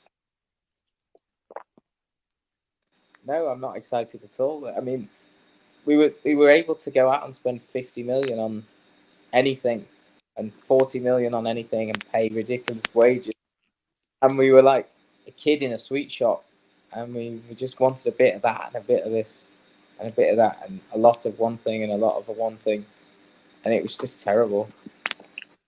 It's just awful. It's a cracker there by Kevin. Yeah, it's one word, Kev, but strategy. ONG. It's like it's quite simple, really, isn't it? And I think that is from the top down. Me personally, from the top down, all the money in the world, it doesn't kind of buy you success, does it? Mr. Bashiri's clearly got his money from somewhere, and Mr. Usmanov, he's got his money from somewhere, and it makes them extremely rich. And then they go and buy a club, whether it's for fun or a bit of a hobby, and it clearly doesn't work out. A lot of things have not worked out for Everton. Me personally, I don't think that, this is my opinion, I don't think the director of the football system's worked at Everton. Now, whether that's because other people have not allowed it to work, but it seems to work great at a lot of other clubs, and I just wish it would work for us. It's just the way the structure. I think that's another word, Kev, as well as strategy. The structure of the club, because people have just been getting sacked left, right, and centre. I mean, the Spanish waiter got shut of the backroom medical team, didn't he? And then that was the doctor and the physios and everyone. And you think, well, who are you bringing in then? If you're getting shut of all the medical staff, it's soul destroying, really. And I'm just looking at nothing's coming up on the iPad. So unless we've got 15 minutes to go. The director of football model only really works when it's just, as Kevin says, it's the strategy over the club. The director of football is there to oversee any signings and make sure that they're aligned with the kind of vision, and he's also there to make sure that the manager who's there is aligned with the same vision. But the problem Everton have had is they've picked managers who have played different styles of football and have completely different views, and then bought different players, and then not let the director of football do it because the manager wants these different players.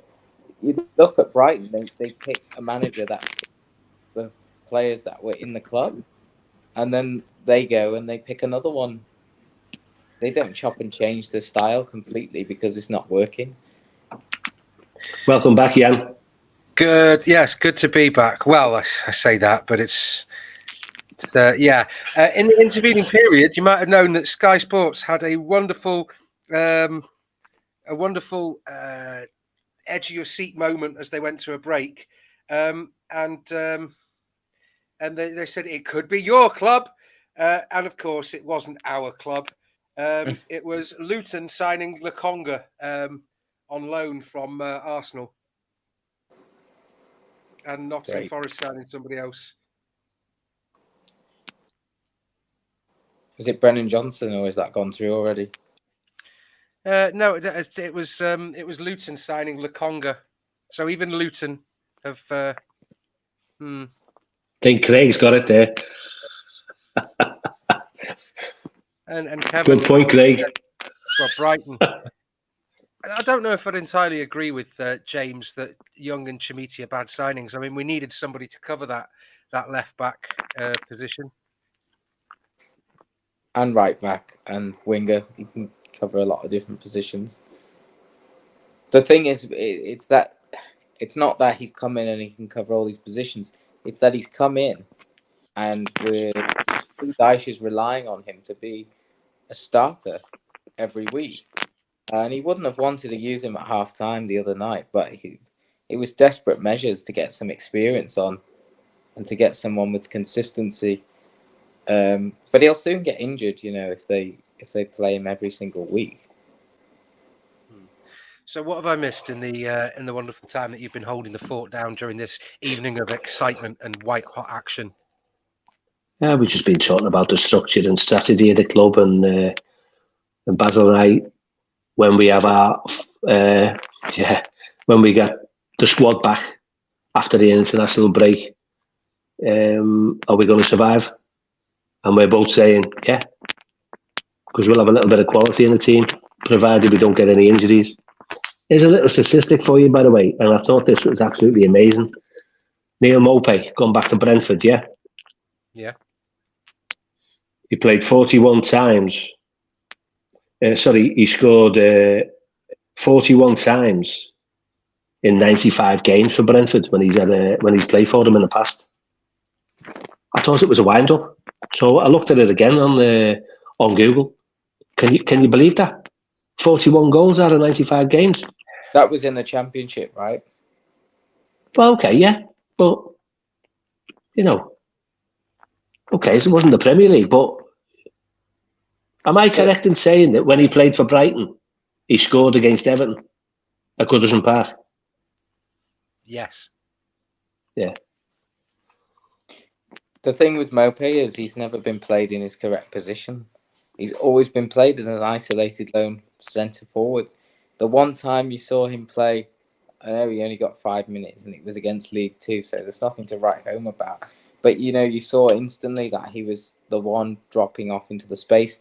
I think he has a bit more, sort of his ability is he can control the ball well and he can pass it, he can keep it and recycle it. That's why he worked in that Brighton system, because although he didn't contribute that many goals, he was the guy who could link things up.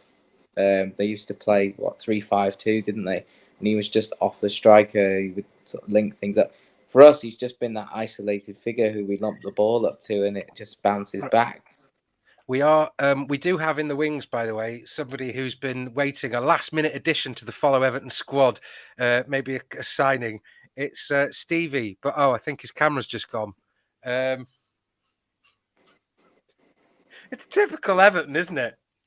Yeah. What time? Just out of interest, boys, it doesn't bother me. I'll stay up till 2 o'clock in the morning, but I know that people won't.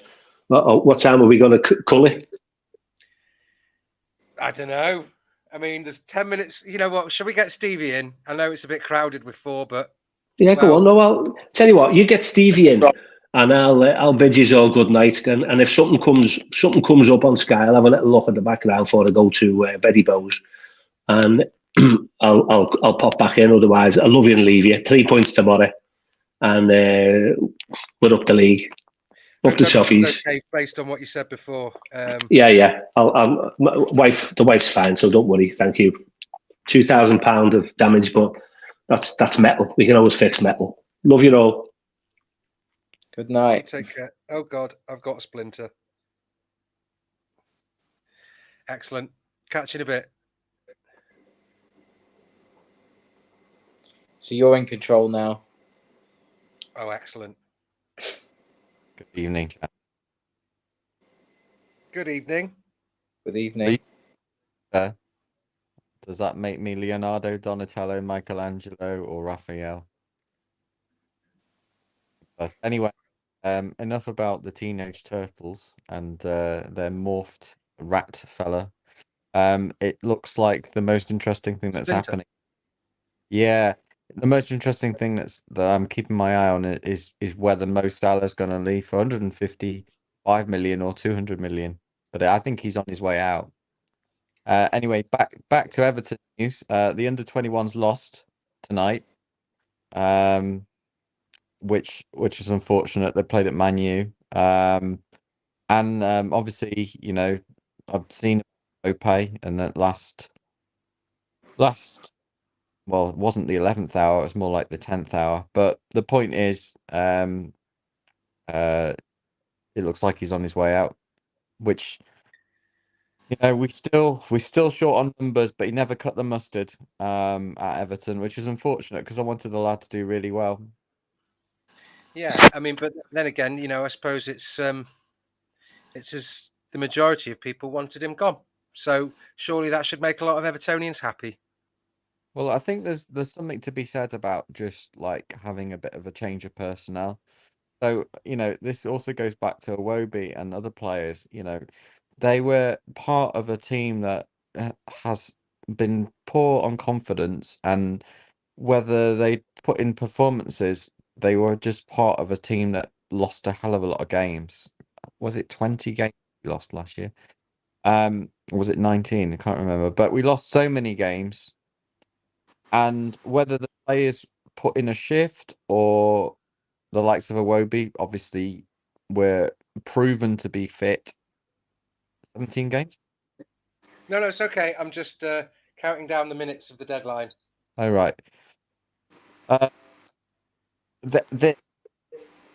Listen, I actually had a migraine this evening, and it's an eve of an Everton match and a transfer deadline day, so I'm pretty sure that there's a contributing factor there, not entirely just circumstantial, but you know. Anyway, going back, yeah, Iwobi, yeah, I mean the guy. Look, some of these players, although they're on the better side of Everton's performances, the performances were on the worst side of the league. So there's a lot to be said about actually just letting players go that have been part of this disaster. You know, if it was a film, it would be rated. It's National Cinema Day tomorrow. You can go to any film for £3. And that includes Curzon and any recliners and all of that jazz. But if it was a film, it would be X-rated because of the way Everton played last season. And included in that, the star cast included the likes of Mope and Iwobi and all of those players, and they didn't perform. Great. And whilst they were largely, you know, Iwobi particularly, and some of the other ones like McNeil, they were better. You could argue to say that, you know, we need fresh squad. The other side of the coin is, and I do expect we'll get beat by Villa in the cup, we need a squad. We need to be able to rotate, because if we don't rotate, and I do feel it's academic because there's 5 minutes to go, and unless there's a bolt out of lightning or the moon doubles in size, then we're not going to be getting any surprises in. But the point is, we need a squad to put pressure on each other, to put better performances in. As a football club, we deserve better, but we got to accept that we are where we are. In fact, the fact. No, we shouldn't have to accept it, but the reality is the structure of the Beto, meant that we've actually brought in, I think, a really good quality striker who can make a difference quite quickly inside the window. And I think we structured it in a way that financially worked. And the only way of actually bringing in a player or two this side of the window that could have made a difference would have been to basically cash out a little bit earlier.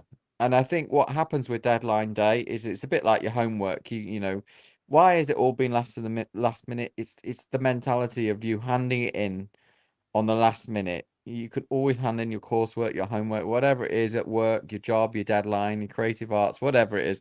It's a natural thing to all leave it to the last minute. That's why we're all here still.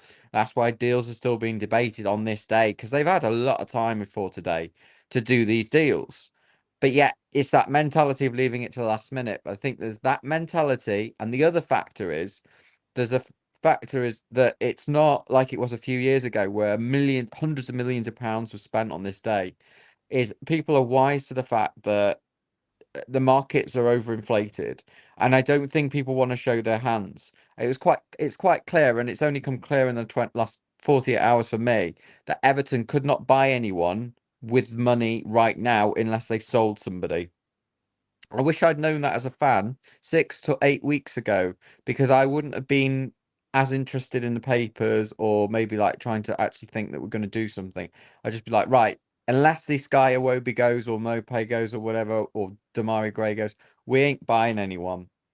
But I think that given the circumstances, the Beto, we calling him Beto? I think that I'm quite happy with him. If he'd been brought in now at 2 minutes to 11, I would have been really made up with that. Well, Of that's what I course, said earlier, in that you don't forget that we have already signed a couple of players. It's just, yeah, we it's have, another. but I think the only one out of that lot actually that's going to make a difference, maybe Danjuma's going to make a difference, but as I said and predicted about 3 months ago, just at the end of the season, that Everton will bring in players with not enough time, probably loanees. I was wrong. We've brought in a striker. Loanees, but players without enough time to do the whole pre-season game. And what that does is it means that they haven't had time to work on the cohesion in the team. And Well, so it does leave problems. Like Danjuma, I would have liked to see him all pre-season working together. Just wanted to say one other thing. I think Kevin Morales retired yesterday. I just wanted to say thank you, Kevin. I'm sure you're not watching, but fans enjoyed the 7 years that he spent at Everton. How dear we would love to have the likes of a Morales in our team. But a quality player. So thank you for your time, and good luck to whatever you're doing next. Kevin Morales retiring yesterday. But not enough time to bed in. Is the usual story. Beto, he's playing bloody Doncaster. It's too soon to be getting so hyped up. But I did go to bed thinking, yeah, we've got a nice striker there, and you could see it on Kevin Campbell's face in the post match. He looked delighted with him. Yeah. And we could have easily brought him in this evening. We brought him in with a few games to go, so I think we can accept that. We've not brought in anyone. We've got a minute to go. Oh wait, we've bought Mo Salah. No, we don't want Mo Salah. Look, but what you say there, when you said that, with 48 hours to go, it would have been nice to, as Dice went into detail to explain, we can't be proactive. We're not in a financial cash flow business situation to be proactive. But then again, I think that's a symptom that you didn't necessarily know that, although the writing has been on the wall. But to be explicitly told, the club, there's been a disconnect, and that's been evident in the arguments over what's happening with MSP, and the window shuts in about 6, 5, 4, 3, 2, 1, gone. Thank God for that. So deals that might have been are still yet to be announced, but you never mind. Palace have signed Holding from Arsenal, but anyway, what I was saying is that there's been a focus on the board of their own stuff, their own sanctimonious arrogance at the club, that will focus on the stadium, that everything's okay, buried heads in the sand. It's been like an ostrich, ignoring the signs that have led us to this point. And then when the fans have wanted, they wanted, it's been about appearances and not about actuality, and again about the reality. So when we've had this talk about setting up the fans forum, as in, we wanted to be the first one to set it up, but it wasn't done right, and you had fans thrown in at the deep end without any proper consultation, that have then it's all fallen apart, and there's a very slipshod attitude that seems to have crumbled, and it's become more about appearances, and it's not about getting the job done. Now, what frustrates me is actions speak louder than words. Let the thing speak for itself. From a literary point of view, don't describe or explain. Show me. Don't tell me. Show me. Right? And then when there's a disconnect between what you're being shown, or you need, there's some clarification. Open a dialogue. dialogue with the fans, or have a discourse or a forum or an Ask Me Anything or an open an open thing. I mean, like, Jesus, I'm not trying to say that we're anywhere near at the level of Toffee TV, right? But if you had all these fan channels, there could be quite easily every 3 months an evening where one of us and someone from any substantial fan channel that has people watching and produces regular content, you could apply to go for an evening to the club to ask all these questions, and they just put some drinks and a buffet on. Jan, we've got a right to be frustrated. By the way, we've moved up to 19th place without playing tonight, which is, I suppose, it's better than nothing. We and this is what it's boiled down to, and it bloody sums it up, doesn't it? Would we have preferred it 6 weeks ago that Dyche just comes out and goes, we haven't got a lot of money to spend because we need to manage the financial fair play. If we can sell a few players that we're looking to move on, we will be able to bring in another player. Otherwise, we might be able to bring in a player, providing we can put the financial aspect to that into next year's budget. That's all he needs to say. As a fan, I would then go, right, my expectations are quite well managed. I know we need to shift players to bring in players, and we are looking to do deals. But of course, we all thought that it's the money. Like, some days we woke up, oh, there's money. We've made a bid for somebody. Oh, there's no money. There's no money at all. What's this 30 million? Oh no, we can't buy Che Adams. Oh no, we can buy Beto. And I think that it's kind of like that uncertainty. It's like playing games with the fans. But why are they doing that? Why don't they just come clean and just tell us how it is? Because I feel like they're trying to do this because there's some clubs out there that know how desperate the likes of Everton are, and are willing to either try to get some of our players on the cheap, or loanees and things like that, to get the wage bill down, or that they are overpricing their own players, Che Adams or whoever else, because they know how desperate we are to add to our terrible firepower.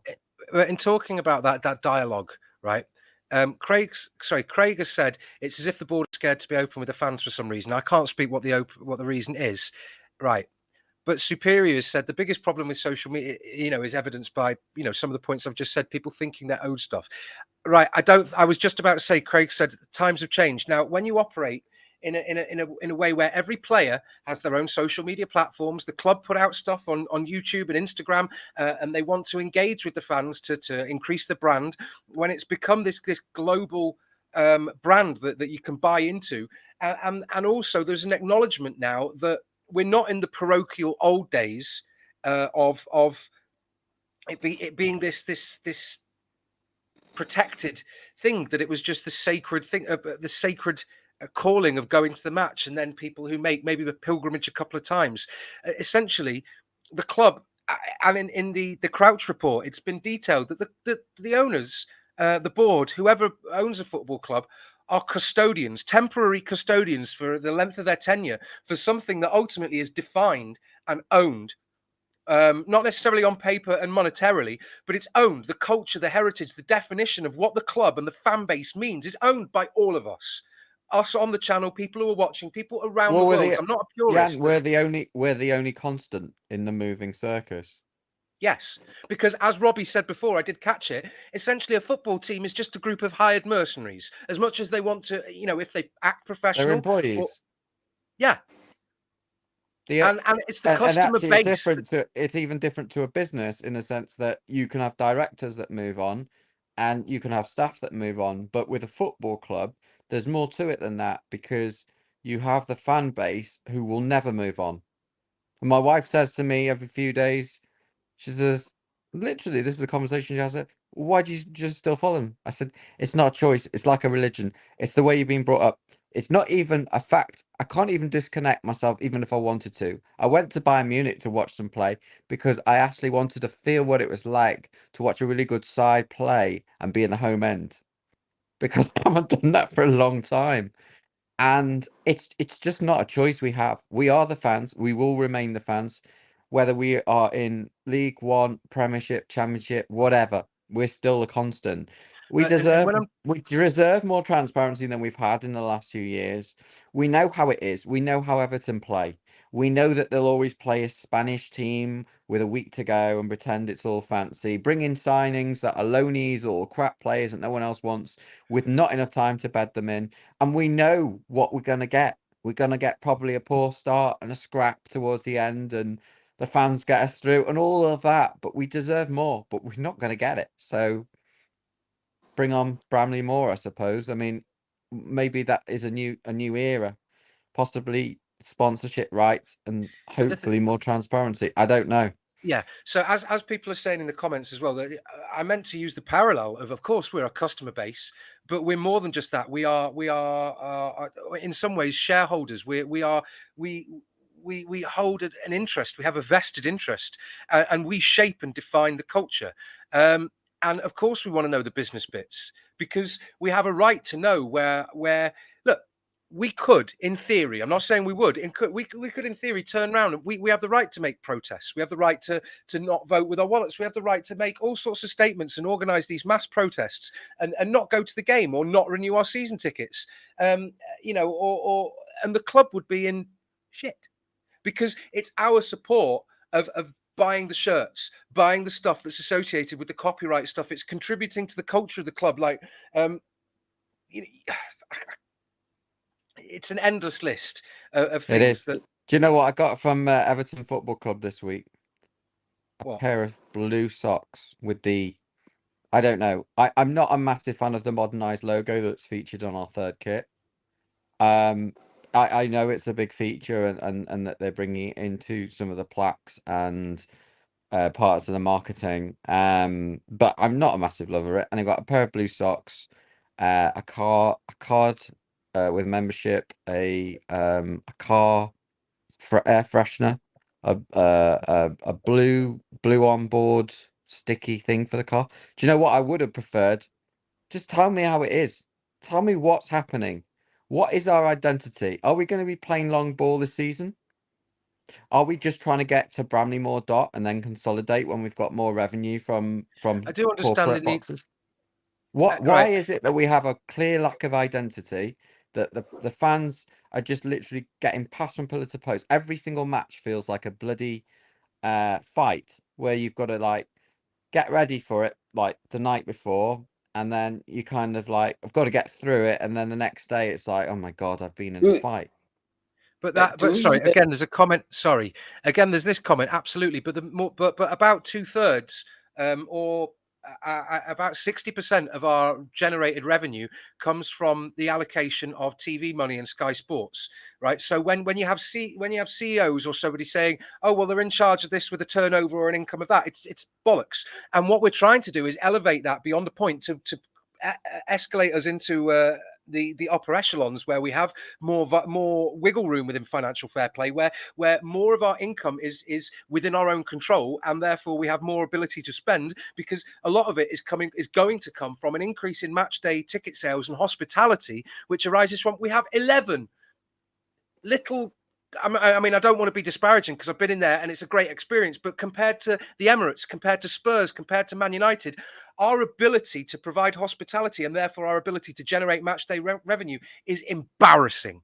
You look at Villa as well. I mean, we going back to Kirby and everything in between, there has been big attempts for Everton to try and to get into a new stadium, and you can see that it's being built and it's absolutely spectacular and well worth the wait. It's been frustrating for everyone involved in that project, but it will bring in more matchday revenue, which hopefully will in turn bring in more overall revenue that's not dependent on TV. Because I think you're right that TV revenue is it's given to most of the clubs anyway. It's almost like a given. It's not real revenue, and where we lack financially is definitely in that area. I also think that we'll get money from sponsorship for the stadium rights, whether it's 777 or whatever it is. Who knows? It could be any number of brands that would get have been involved. USM. Yeah. Been a bumper deal. It could have been, couldn't it? And But it's for certain that match day revenues will not go down in Bramley Moor Dock. That they will go up. That will give us more clout to compete. However, we've been slow to the party. So that's how it is. Look, we've only got But maybe another 18 months of it as it is, but what is going to happen in that next 18 months? At least we have the certainty of being told that we're not going in next season. For anyone that didn't realise that, sorry if it's a spoiler. We're not going in at the start next season to Bramley Moor Dock. We might go in mid-season. I personally think that is a bad idea, and that's probably a subject for another stream. But we will be going in at some point in the next 2 years.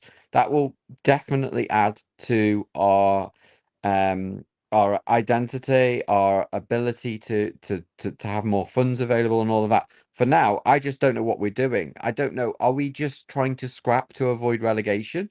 What is the style? Are we putting a style into play?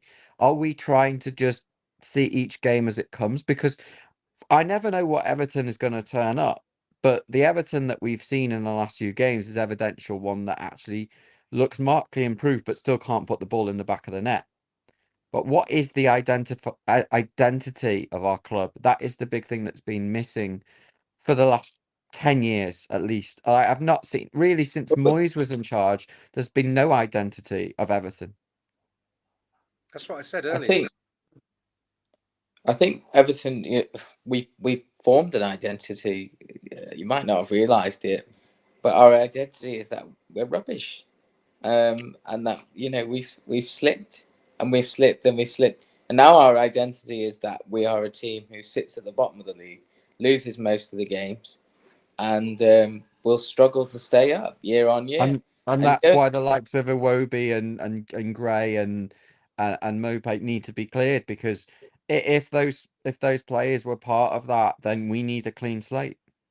Yeah, I mean, you can pick and choose and analyze each one. Personally, Iwobi contributes. If you look at the statistics of chances created in the bottom half teams, I think he's the top leader of chance creation. You can say what you like as a fan and see how he performs, and I agree he's frustrating at many times during a game, but the stats don't lie. But anyway, I don't think Everton are going to significantly improve by just jumping into Bramley Moor.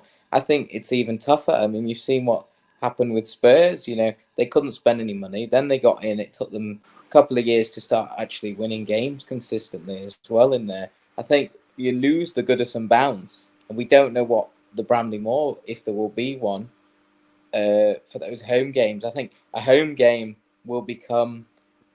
the advantage will increase for the away team in that first year. I think, even though the noise might be greater for Everton, I think we'll just be adapting to what it is and what a new match day is at home. We just don't know. I mean, we could get a bounce from it, and we desperately need that. But it's more about what is the plan? It's just at the moment it feels like there is no plan. But at least we've brought in a striker that looks like he's going to be there or thereabouts with Calvert-Lewin. I doubt they'll play as a 2, but it's an option. Well, I've been banging my head against. I've been banging my head against. I think going back to what you're saying, David, you're absolutely right. The identity of the team is one of, I think other clubs look at us and go, "Ooh, Sheffield United must be sleeping easy tonight," going, "Ooh, we've got Everton in the morning at BT Sport. That's some nice match day revenue and an easy fixture. It's probably the easiest fixture they're going to get." And it's easy to spoil your weekend because it's the first and you game wonder why of the I get weekend. a fuller migraine at 6 p.m. the night before. I'm sure it's not a correlation, but it probably is subconscious stress. Subconscious stress from a side that take away Doncaster, which was largely an embarrassment, to which we actually ended up sitting through the match while on the stream because it was more interesting to chat about it than watch it. But I think, take that aside, we've lost 3 games and we've not scored a Premier League goal. So we need to go out tomorrow and score a Premier League goal, and then we'll all feel a bit less grumpy. You're asking about what Everton's strategy is. I mean, all you can base it off. We don't have a crystal ball.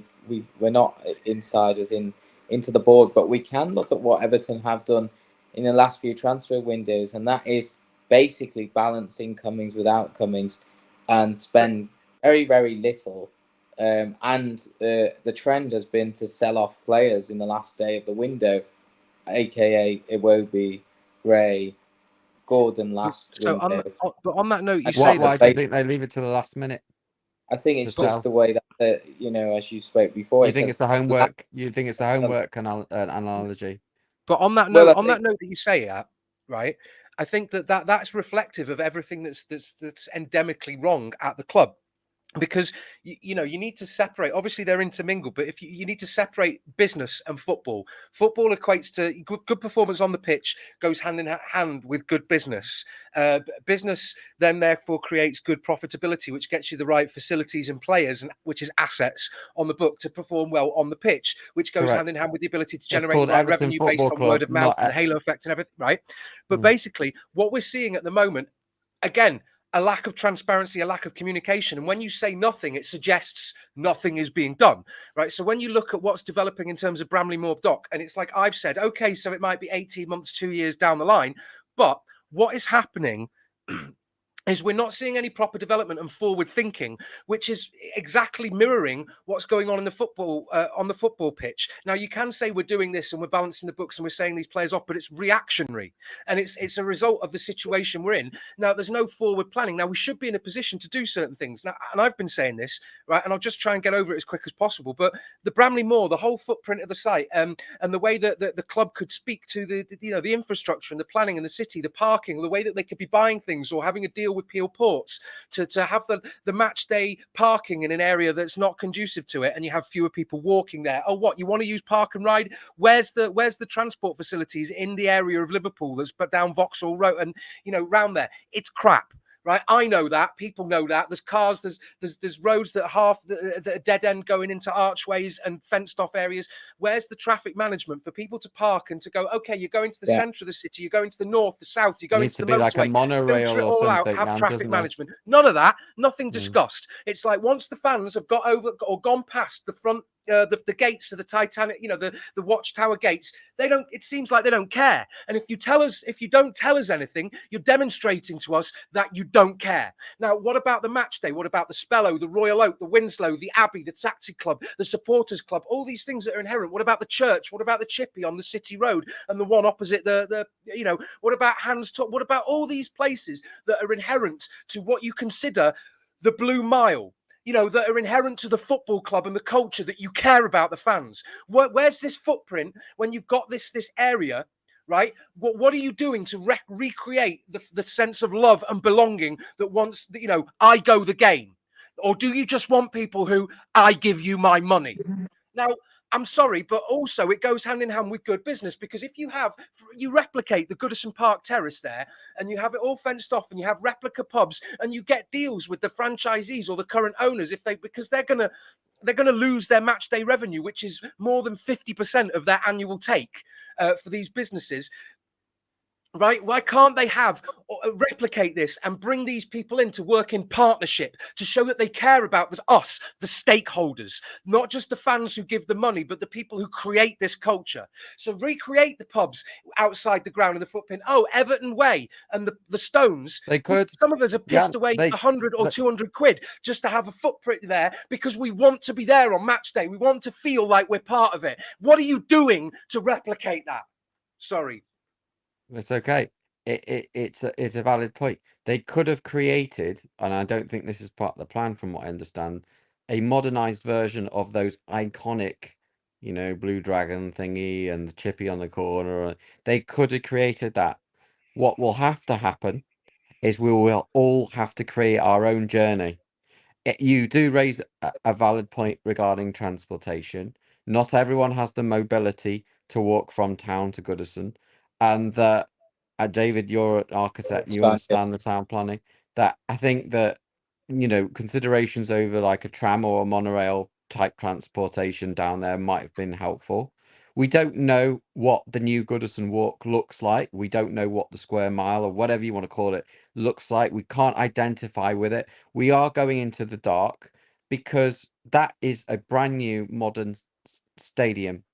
And with that, there will be some changes and there will be some things that people latch onto and there'll be things that people love. For example, I've got a plaque that I've made for my family, and that could be a meeting place. I don't know. There's a lot of kind of like I there's don't. kind Yeah, of like to a get the shooting in point. the I don't know dark whether aspect. Superior is being contentious for the point of it. What I'm saying is the businesses that exist around the grounds that are going to die a death, get in coordination with them to have a part ownership of buildings that could be built on the footprint outside the ground at Bramley Moor Dock to recreate that match day. The Everton own it, so it can be written off or it's operational stuff, and they can take a part in the presence. I don't know. Recreate the wings. What I don't know is what units are available. We don't know whether Everton, being the blue like loyal, the People's Club as it is, must have had those conversations with those businesses and said, look, yeah, I don't believe that they haven't had conversations to say, look, this is going to affect your match day revenue. What can we do to help? They must have. They know. I don't know if anyone noticed. They saw. I think the Blue Dragon is it? The chippy opposite the William Hill.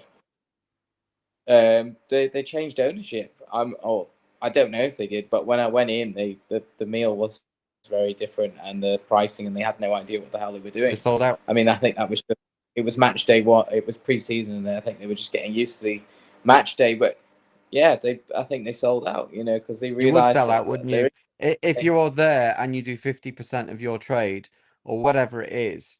Look, the smell of the pie, the walk down Goodison Road, the horse manure, all of that. A lot of that's going to go. It will be replaced with some shiny, new vegan chicken wings inside the ground. By the way, $8.99. I think Whatever Superior is it being is. naturally contentious. I'm talking about the takeaways and the pubs and the church and these things that make up the match day experience that the majority of fans go to at least a handful of times a season. Why can't they replicate some of that atmosphere that's just going to be in a bland or sterile industrial environment? There's no better person to answer this than Basil. Sorry? Because, well, you've got to think, Steve's just raised the point there that Everton commercially and what they're doing and these new stands inside the stadium, you're going to have so many different food stalls. It's not really in their interest to provide units for alternatives. I know you're saying for the good of the community, but it's just going to hurt it's for the good of the club. If the club own those things, if they have a whole thing and they provide provide staff that are, you know what I mean, and then they take it and it replicates because they not only do they own the ground, because not everybody's going to be able to go in the ground. Not everybody's going to want to queue for 45 minutes for an overpriced beer and an overpriced Twix and an overpriced Bovril or a cup of tea. They're going to want the same match day experience, and then they're going to be more inclined to spend more money around there. They can rent out the stalls for Are they? I don't want the same. I don't want necessarily the same match day experience. I want more atmosphere. I want both ends of the ground singing in tandem against each other. I want Everton to feel like the whole ground is rocking, not just a section in the Gladys Street that stand up every time we win a throw in. I want to be able to go to the ground and purchase, because I don't eat meat, a balanced meal. I don't want to go to the ground and have slushy steak pie. I want to be able to choose what I want. So I think there is an element where the fan base will get more diversity, more inclusion, probably better facilities, lifts for people that are disabled, all of that. We all know people are going to benefit. Yes, there is going to be loss. There is a loss with the move. I hope that Everton are offering those businesses that have lost revenue the opportunity to make up revenue in another day, whether it's to work inside the ground, to maybe help support something else. But that's what I'm talking about. I don't know. But that's what I'm talking about. You go to American stadia, and they have huge concourses, restaurants. Now, I understand Bramley Moor is going to offer some of that. That's going to be hoi polloi and hoity-toity and executive. But I don't just mean in the ground. I mean Everton taking ownership to do something outside the ground rather than just a fan zone and a van rental. Yeah, you're talking about the local, the surroundings, but the units themselves, we don't know what the situation is. From my understanding, development is very slow. Considering there's a new stadium about to be put in, it's incredibly slow. I mean, the only way to figure out what's happening really is to go on Liverpool's planning portal. Anyone can access it. Type in the main road, and see what developments are happening in that postcode. But if there was, I think we would know about it by now. I think some Yeah. fans would have looked, and it would Why have don't- spread. Said, because there was talk about the Hot Walk buying a portion of something, but the property down there, we're talking about millions and millions of pounds No, I you. don't mean the properties that are on the main road. I mean, once you get into the footprint of Bramley Moor Dock, You want it in the once you- fan zone. Yeah, and once you get into Bramley Moor Dock, you've got the main road, and once you get onto the Mersey side of it, where all that's taking place, and there's going to be huge. What looks at the moment, when you look at the construction, just areas of flat concrete. Why not build like a replica terrace area that's owned by the club and rented out, and on the proviso that match day? You know what I mean? The flat We don't- concrete. Are you talking We don't know about? what's happening. We on the just don't Mersey? know. I mean, Jan, it's a really good suggestion, and I'm wondering if through the fan advisory or through contacting the club, there's a way of expressing our concerns over the businesses that have been a part of Everton's history. The smell and the taste of the pies and the chips and the soggy thing and everything that's happened, particularly on that side of the ground, but on all four corners, has been part of the heritage of Everton Football Club.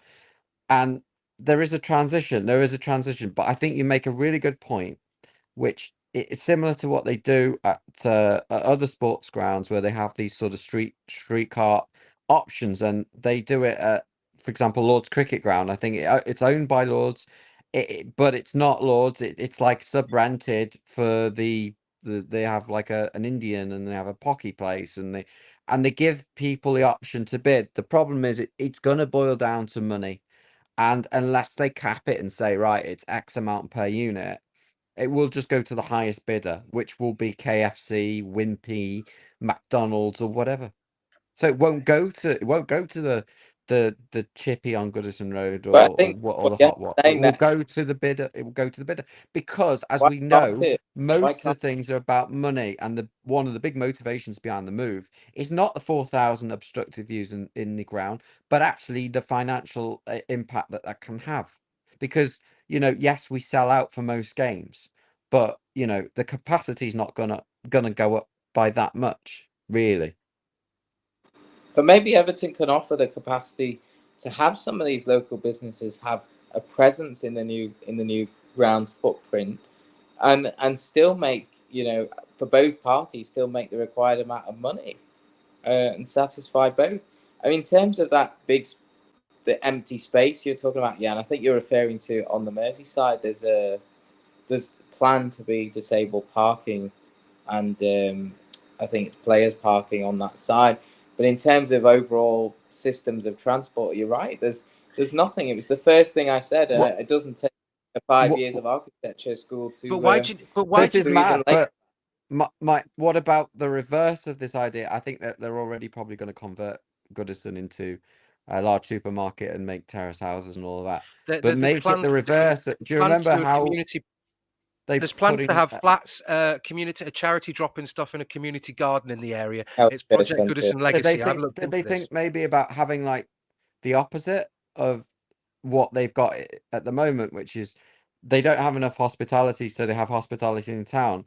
What about having some hospitality at Goodison and then getting people over there through coaches or transport, but there was actually some having discussion of this, that it's almost like a pilgrimage to Goodison. You can still enjoy that atmosphere, and then you get shepherded to the new ground.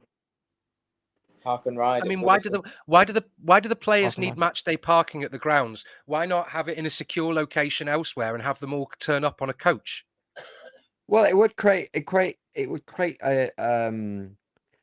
connection if there was more at Goodison post the move.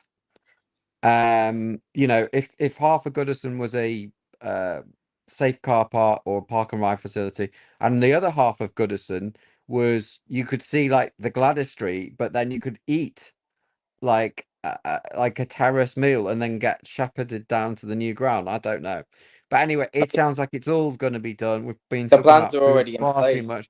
I think Jan has kind of lost the plot at the 4-hour mark. It's been an interesting chat, and it's moving quite far away now from the transfer deadline. Basil. I think if Jan doesn't come back, we should probably look to wind up. And the good news is that the next transfer deadline day isn't until 2024. I think what it proves is that we need a separate video about the stadium and where the progress is up to, and what we need to do, what we need to implement in the next 12 months in terms of program, in terms of planning, and how that gets relayed to the club or to the fans forum or whatever means before it's too late. There's been plenty of consultations. It's just that there was about the way the stadium was constructed, but since in the last 12 months, I can't think of any consultations. And I've had people. There's been the Everton Stadium newsletter, and there is a website set up for that. Anyway, I think that given that we've all got a long stressful day, probably our weekends will be spoiled by about 2:30. I think we'll talk to Ryan. I think we need to have a separate video about the stadium, and I think we need to discuss seating and how seats will be transferred, because I think that's a whole network of discussion that everyone will have a different opinion on. If it's anything like the way that they do transfer business, then it will be all done at the last minute, and it will be a bit of a mess. I mean, you do invariably hear of supporters that don't get their season ticket on time and all of that jazz. So it is what it is. Yeah, we thought we'd lost you in the record 5th hour of Follow Everton. I think that StreamYard have been in contact with Ryan to say, look, you're taking far too much of our bandwidth for the price you pay. But yeah, I think that there's lots to pick up on the whole sort of Goodison migration to Bramley-Moore Dock, and there's plenty more that we'll be digging in on this. But I don't know about you two, but I've got a big day ahead of me tomorrow with our Sheffield United match and looking after a 3-year-old. So I'm gonna say good night. But it was a pleasure talking to you, and I hope tomorrow goes well and that we've got a smile on our face. Yes, well, let's hope for a few goals and 3 points. Yeah, it's been emotional. But yeah, thanks to Chris and Peter for joining us on the chat. Thank you to everyone for being with us for over 4 hours now. Thank you, Basil and Stevie. Thanks, Wes and Robbie, for joining us. And I suppose a perfunctory thank you to Ryan.